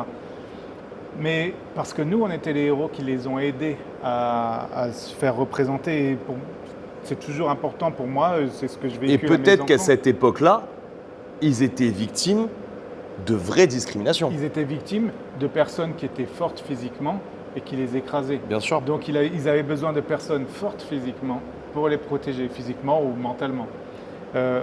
Aujourd'hui, même en dehors de ce cadre, ce que j'ai du mal, c'est quand on me dit comment je dois penser. Bien sûr. Et c'est plus là le problème que les différents sujets. Quand un politique va dire « Non, mais si tu penses comme ça, c'est donc que tu es… » Tu es d'extrême droite ou tu es d'extrême gauche, voilà. Tu es extrême. Mais non, parce que en fin de compte, j'ai cet avis-là sur ce point-là et j'ai un autre avis sur un autre point. Et d'ailleurs, je vais te poser une question qui me paraît, je pense qu'on a à peu près le même point de vue là-dessus, mais je trouve que c'est intéressant que tu le verbalises. On est dans une société où, par exemple, c'est un dû d'accueillir toute la misère du monde, c'est un dû de donner du respect à tout le monde. Moi, dans ma communication, le respect, personne ne me l'a donné. Personne. Par contre, je savais qu'on ne me le donnerait pas, donc j'ai mené une vie pour le mériter. Tu vois ? Et la plupart des gens moi je considère comme bas de gamme, vivent une vie comme si le respect et d'autres choses leur étaient dus. Alors que quand on part du principe que le respect n'est pas dû, mais il est mérité, il y a certains comportements auxquels on ne se laisse pas aller. Il y a certaines bassesses auxquelles on ne se permet pas d'aller, même si ça rend le trajet plus facile, même si ça permet d'obtenir plus rapidement ce qu'on souhaite. Tu me parlais de ton parcours militaire et de ton parcours martial. Tu vois, moi, par exemple, j'ai du mal à comprendre le racisme parce qu'il n'y a pas plus... à part dans le foot peut-être, mais là où tu trouves le plus d'Arabes, de Noirs, de Chinois et de Blancs mélangés, on va à Elite Fight là-bas ou chez Apex, il y a toutes les cultures. Toutes les cultures. Il y a des Mohamed, il y a des Richard, il y a des Fong. Donc, nous, on n'a jamais eu dans nos clubs de distinction. Moi, je ne tourne pas avec lui parce qu'il est black. Moi, je ne tourne pas avec lui. Par contre, tu avais des affinités parce que tu avais des gens qui étaient bien et tu avais des cons. Mais ce niveau de respect ou d'affinité que tu crées n'avait strictement rien à voir avec l'origine des gens. Tu vois, ça me fait penser à la Légion étrangère. Ouais. J'ai pas mal bossé avec eux, j'ai eu plein de copains dedans. Tout le monde est le bienvenu. Par contre, après, il faut correspondre au modèle. Et quel que soit ton nom et ton origine, si tu n'arrives pas à t'intégrer à cet esprit de corps, bah, tu n'as pas ta place. T'as pas ta place. L'objectif pour la société, ce ne serait pas de militariser à l'image de la Légion. Mais en fin de compte, il y a quand même cette idée-là. On parle beaucoup d'intégration. L'intégration, c'est un grand mot. Moi, je ne veux pas que les gens s'intègrent. Je veux que les gens cohabitent. Je n'ai pas forcément envie. Regarde en Inde. L'Inde, c'est un pays où ça peut être violent. Mais malgré tout, c'est une cohabitation. C'est plein de peuples différents, de cultures différentes, de religions différentes qui cohabitent plus ou moins bien. Ce n'est pas l'idéal, on le voit bien, mais voilà. Donc l'objectif, ce n'est pas que tout le monde se balade en costume 3 pièces, mais c'est d'accepter de dire « Ok, je vais cohabiter avec celui qui a le costume 3 pièces et je vais cohabiter avec celui-là. » Et le problème, c'est que si nous, on devient doux, nous ou n'importe quel pays, dans toutes les cultures à travers l'histoire de la planète, à la maison, j'ai un atlas géopolitique. Je me régale de ça, de lire mon atlas. Chaque fois qu'une culture s'est bien ancrée, s'est imposée et puis s'est relâchée, qu'elle soit grecque, romaine, gréco-romaine, enfin même... Elle s'est fait raser. Eh ben, elle s'est fait raser parce qu'en fin de compte, si tu as une culture un peu plus agressive, que ce soit les Huns, les Germains, les peuples de la mer qui s'étaient rebellés en Grèce, qui ont incendié 300 ports, eh ben, ils ont pris la place. Pas forcément une place, on parle des fois de grands remplacements, pas une place physique, mais une place politique. Et du coup, il faut être assez fort dans sa façon de penser, de dire non mais je ne suis pas d'accord avec toi. Et dans nos échanges ou dans ce que tu dis, il y a plein de choses où je ne suis pas vraiment d'accord. Et il y a plein de choses où je suis d'accord. Et des fois, il y a d'autres personnes avec qui je peux parler à l'extérieur, ils disent ah mais je le connais mais ouais, je ne suis pas d'accord avec lui. Ouais, sur quel point? Mais je ne suis pas d'accord avec lui. Ben non, ça ne marche pas pour moi. Moi, je sais qu'il y a du talent, il y a de la précision dans ce qu'on fait.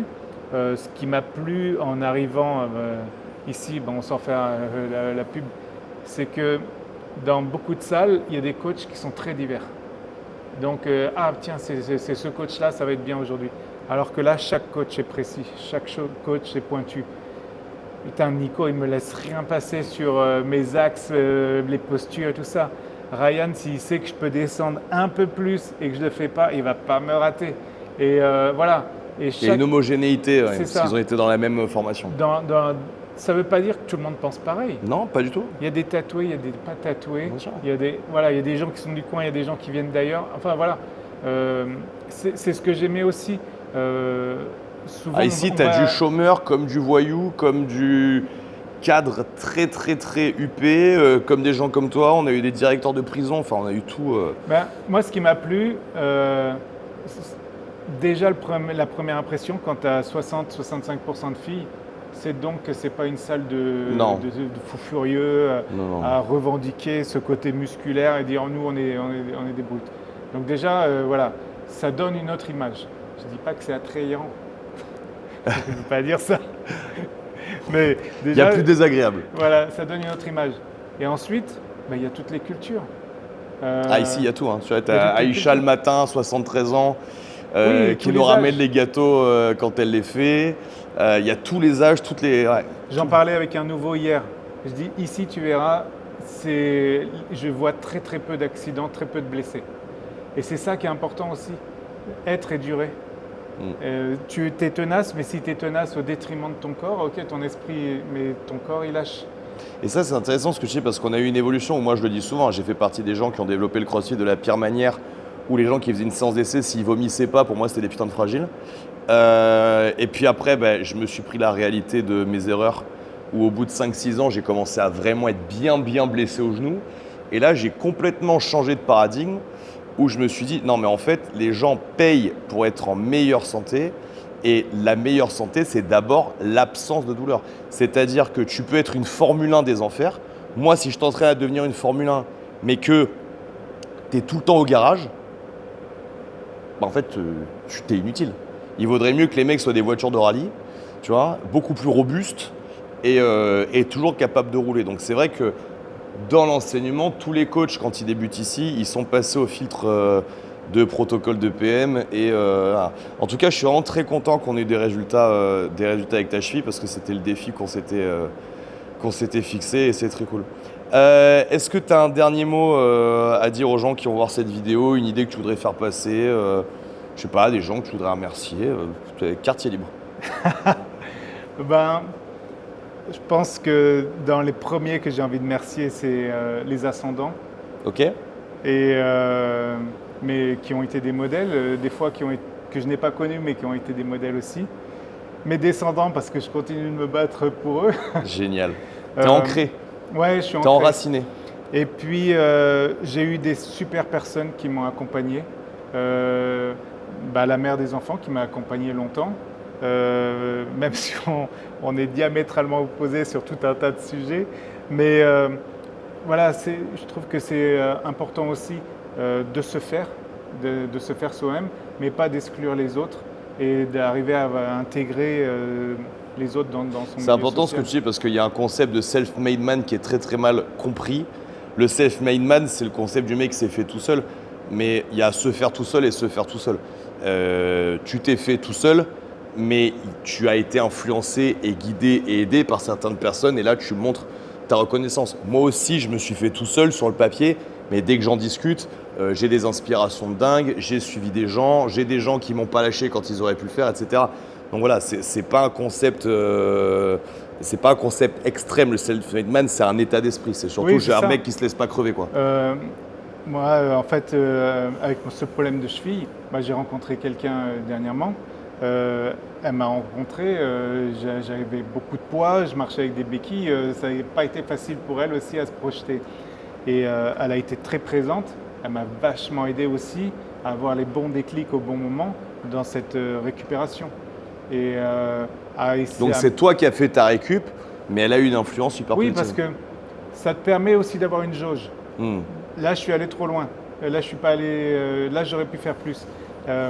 J'aime beaucoup la vision de David Goggins qui dit est-ce que vraiment tu as optimisé ce que tu peux faire? Est-ce que tu es au max de ce que tu es capable de produire? Donc, forcément, tu vas jauger. Des fois, tu vas aller trop loin. Des fois, tu vas pas aller assez loin. Mais je pense que ces personnes, que ce soit nos enfants, nos amis, nos conjointes, conjoints, et c'est important aussi de leur donner une place et de leur laisser la place et de les intégrer aussi à notre univers et qu'on n'existe pas que pour soi. Bien sûr. Donc voilà, c'est plutôt ces personnes-là que j'aimerais remercier. C'est intéressant ce que tu dis parce que moi je l'ai vu avec mon fils où j'ai eu du mal à trouver ma place au début, ces 2 premières années. Et là, depuis qu'on arrive à communiquer, je vois que je fais ce qu'on me reprochait de ne pas faire avant. C'est-à-dire que maintenant, je lui crée vraiment une place pour lui dans ma vie. Et j'ai mis du temps, parce que j'ai des lacunes comme tous les humains. Mais je vois ce que tu veux dire quand tu dis leur laisser une place. Ouais. Je l'ai compris là ces 2 dernières années. Ouais, je pense que c'est important. Merci Guillaume. Merci encore. J'espère que cette interview vous a plu. Tu cliques, tu partages, tu likes. Ton Insta, c'est Fabien Fabien en folie. Fabien en folie. Voilà, on vous le mettra dans la description. On vous embrasse. Bye bye.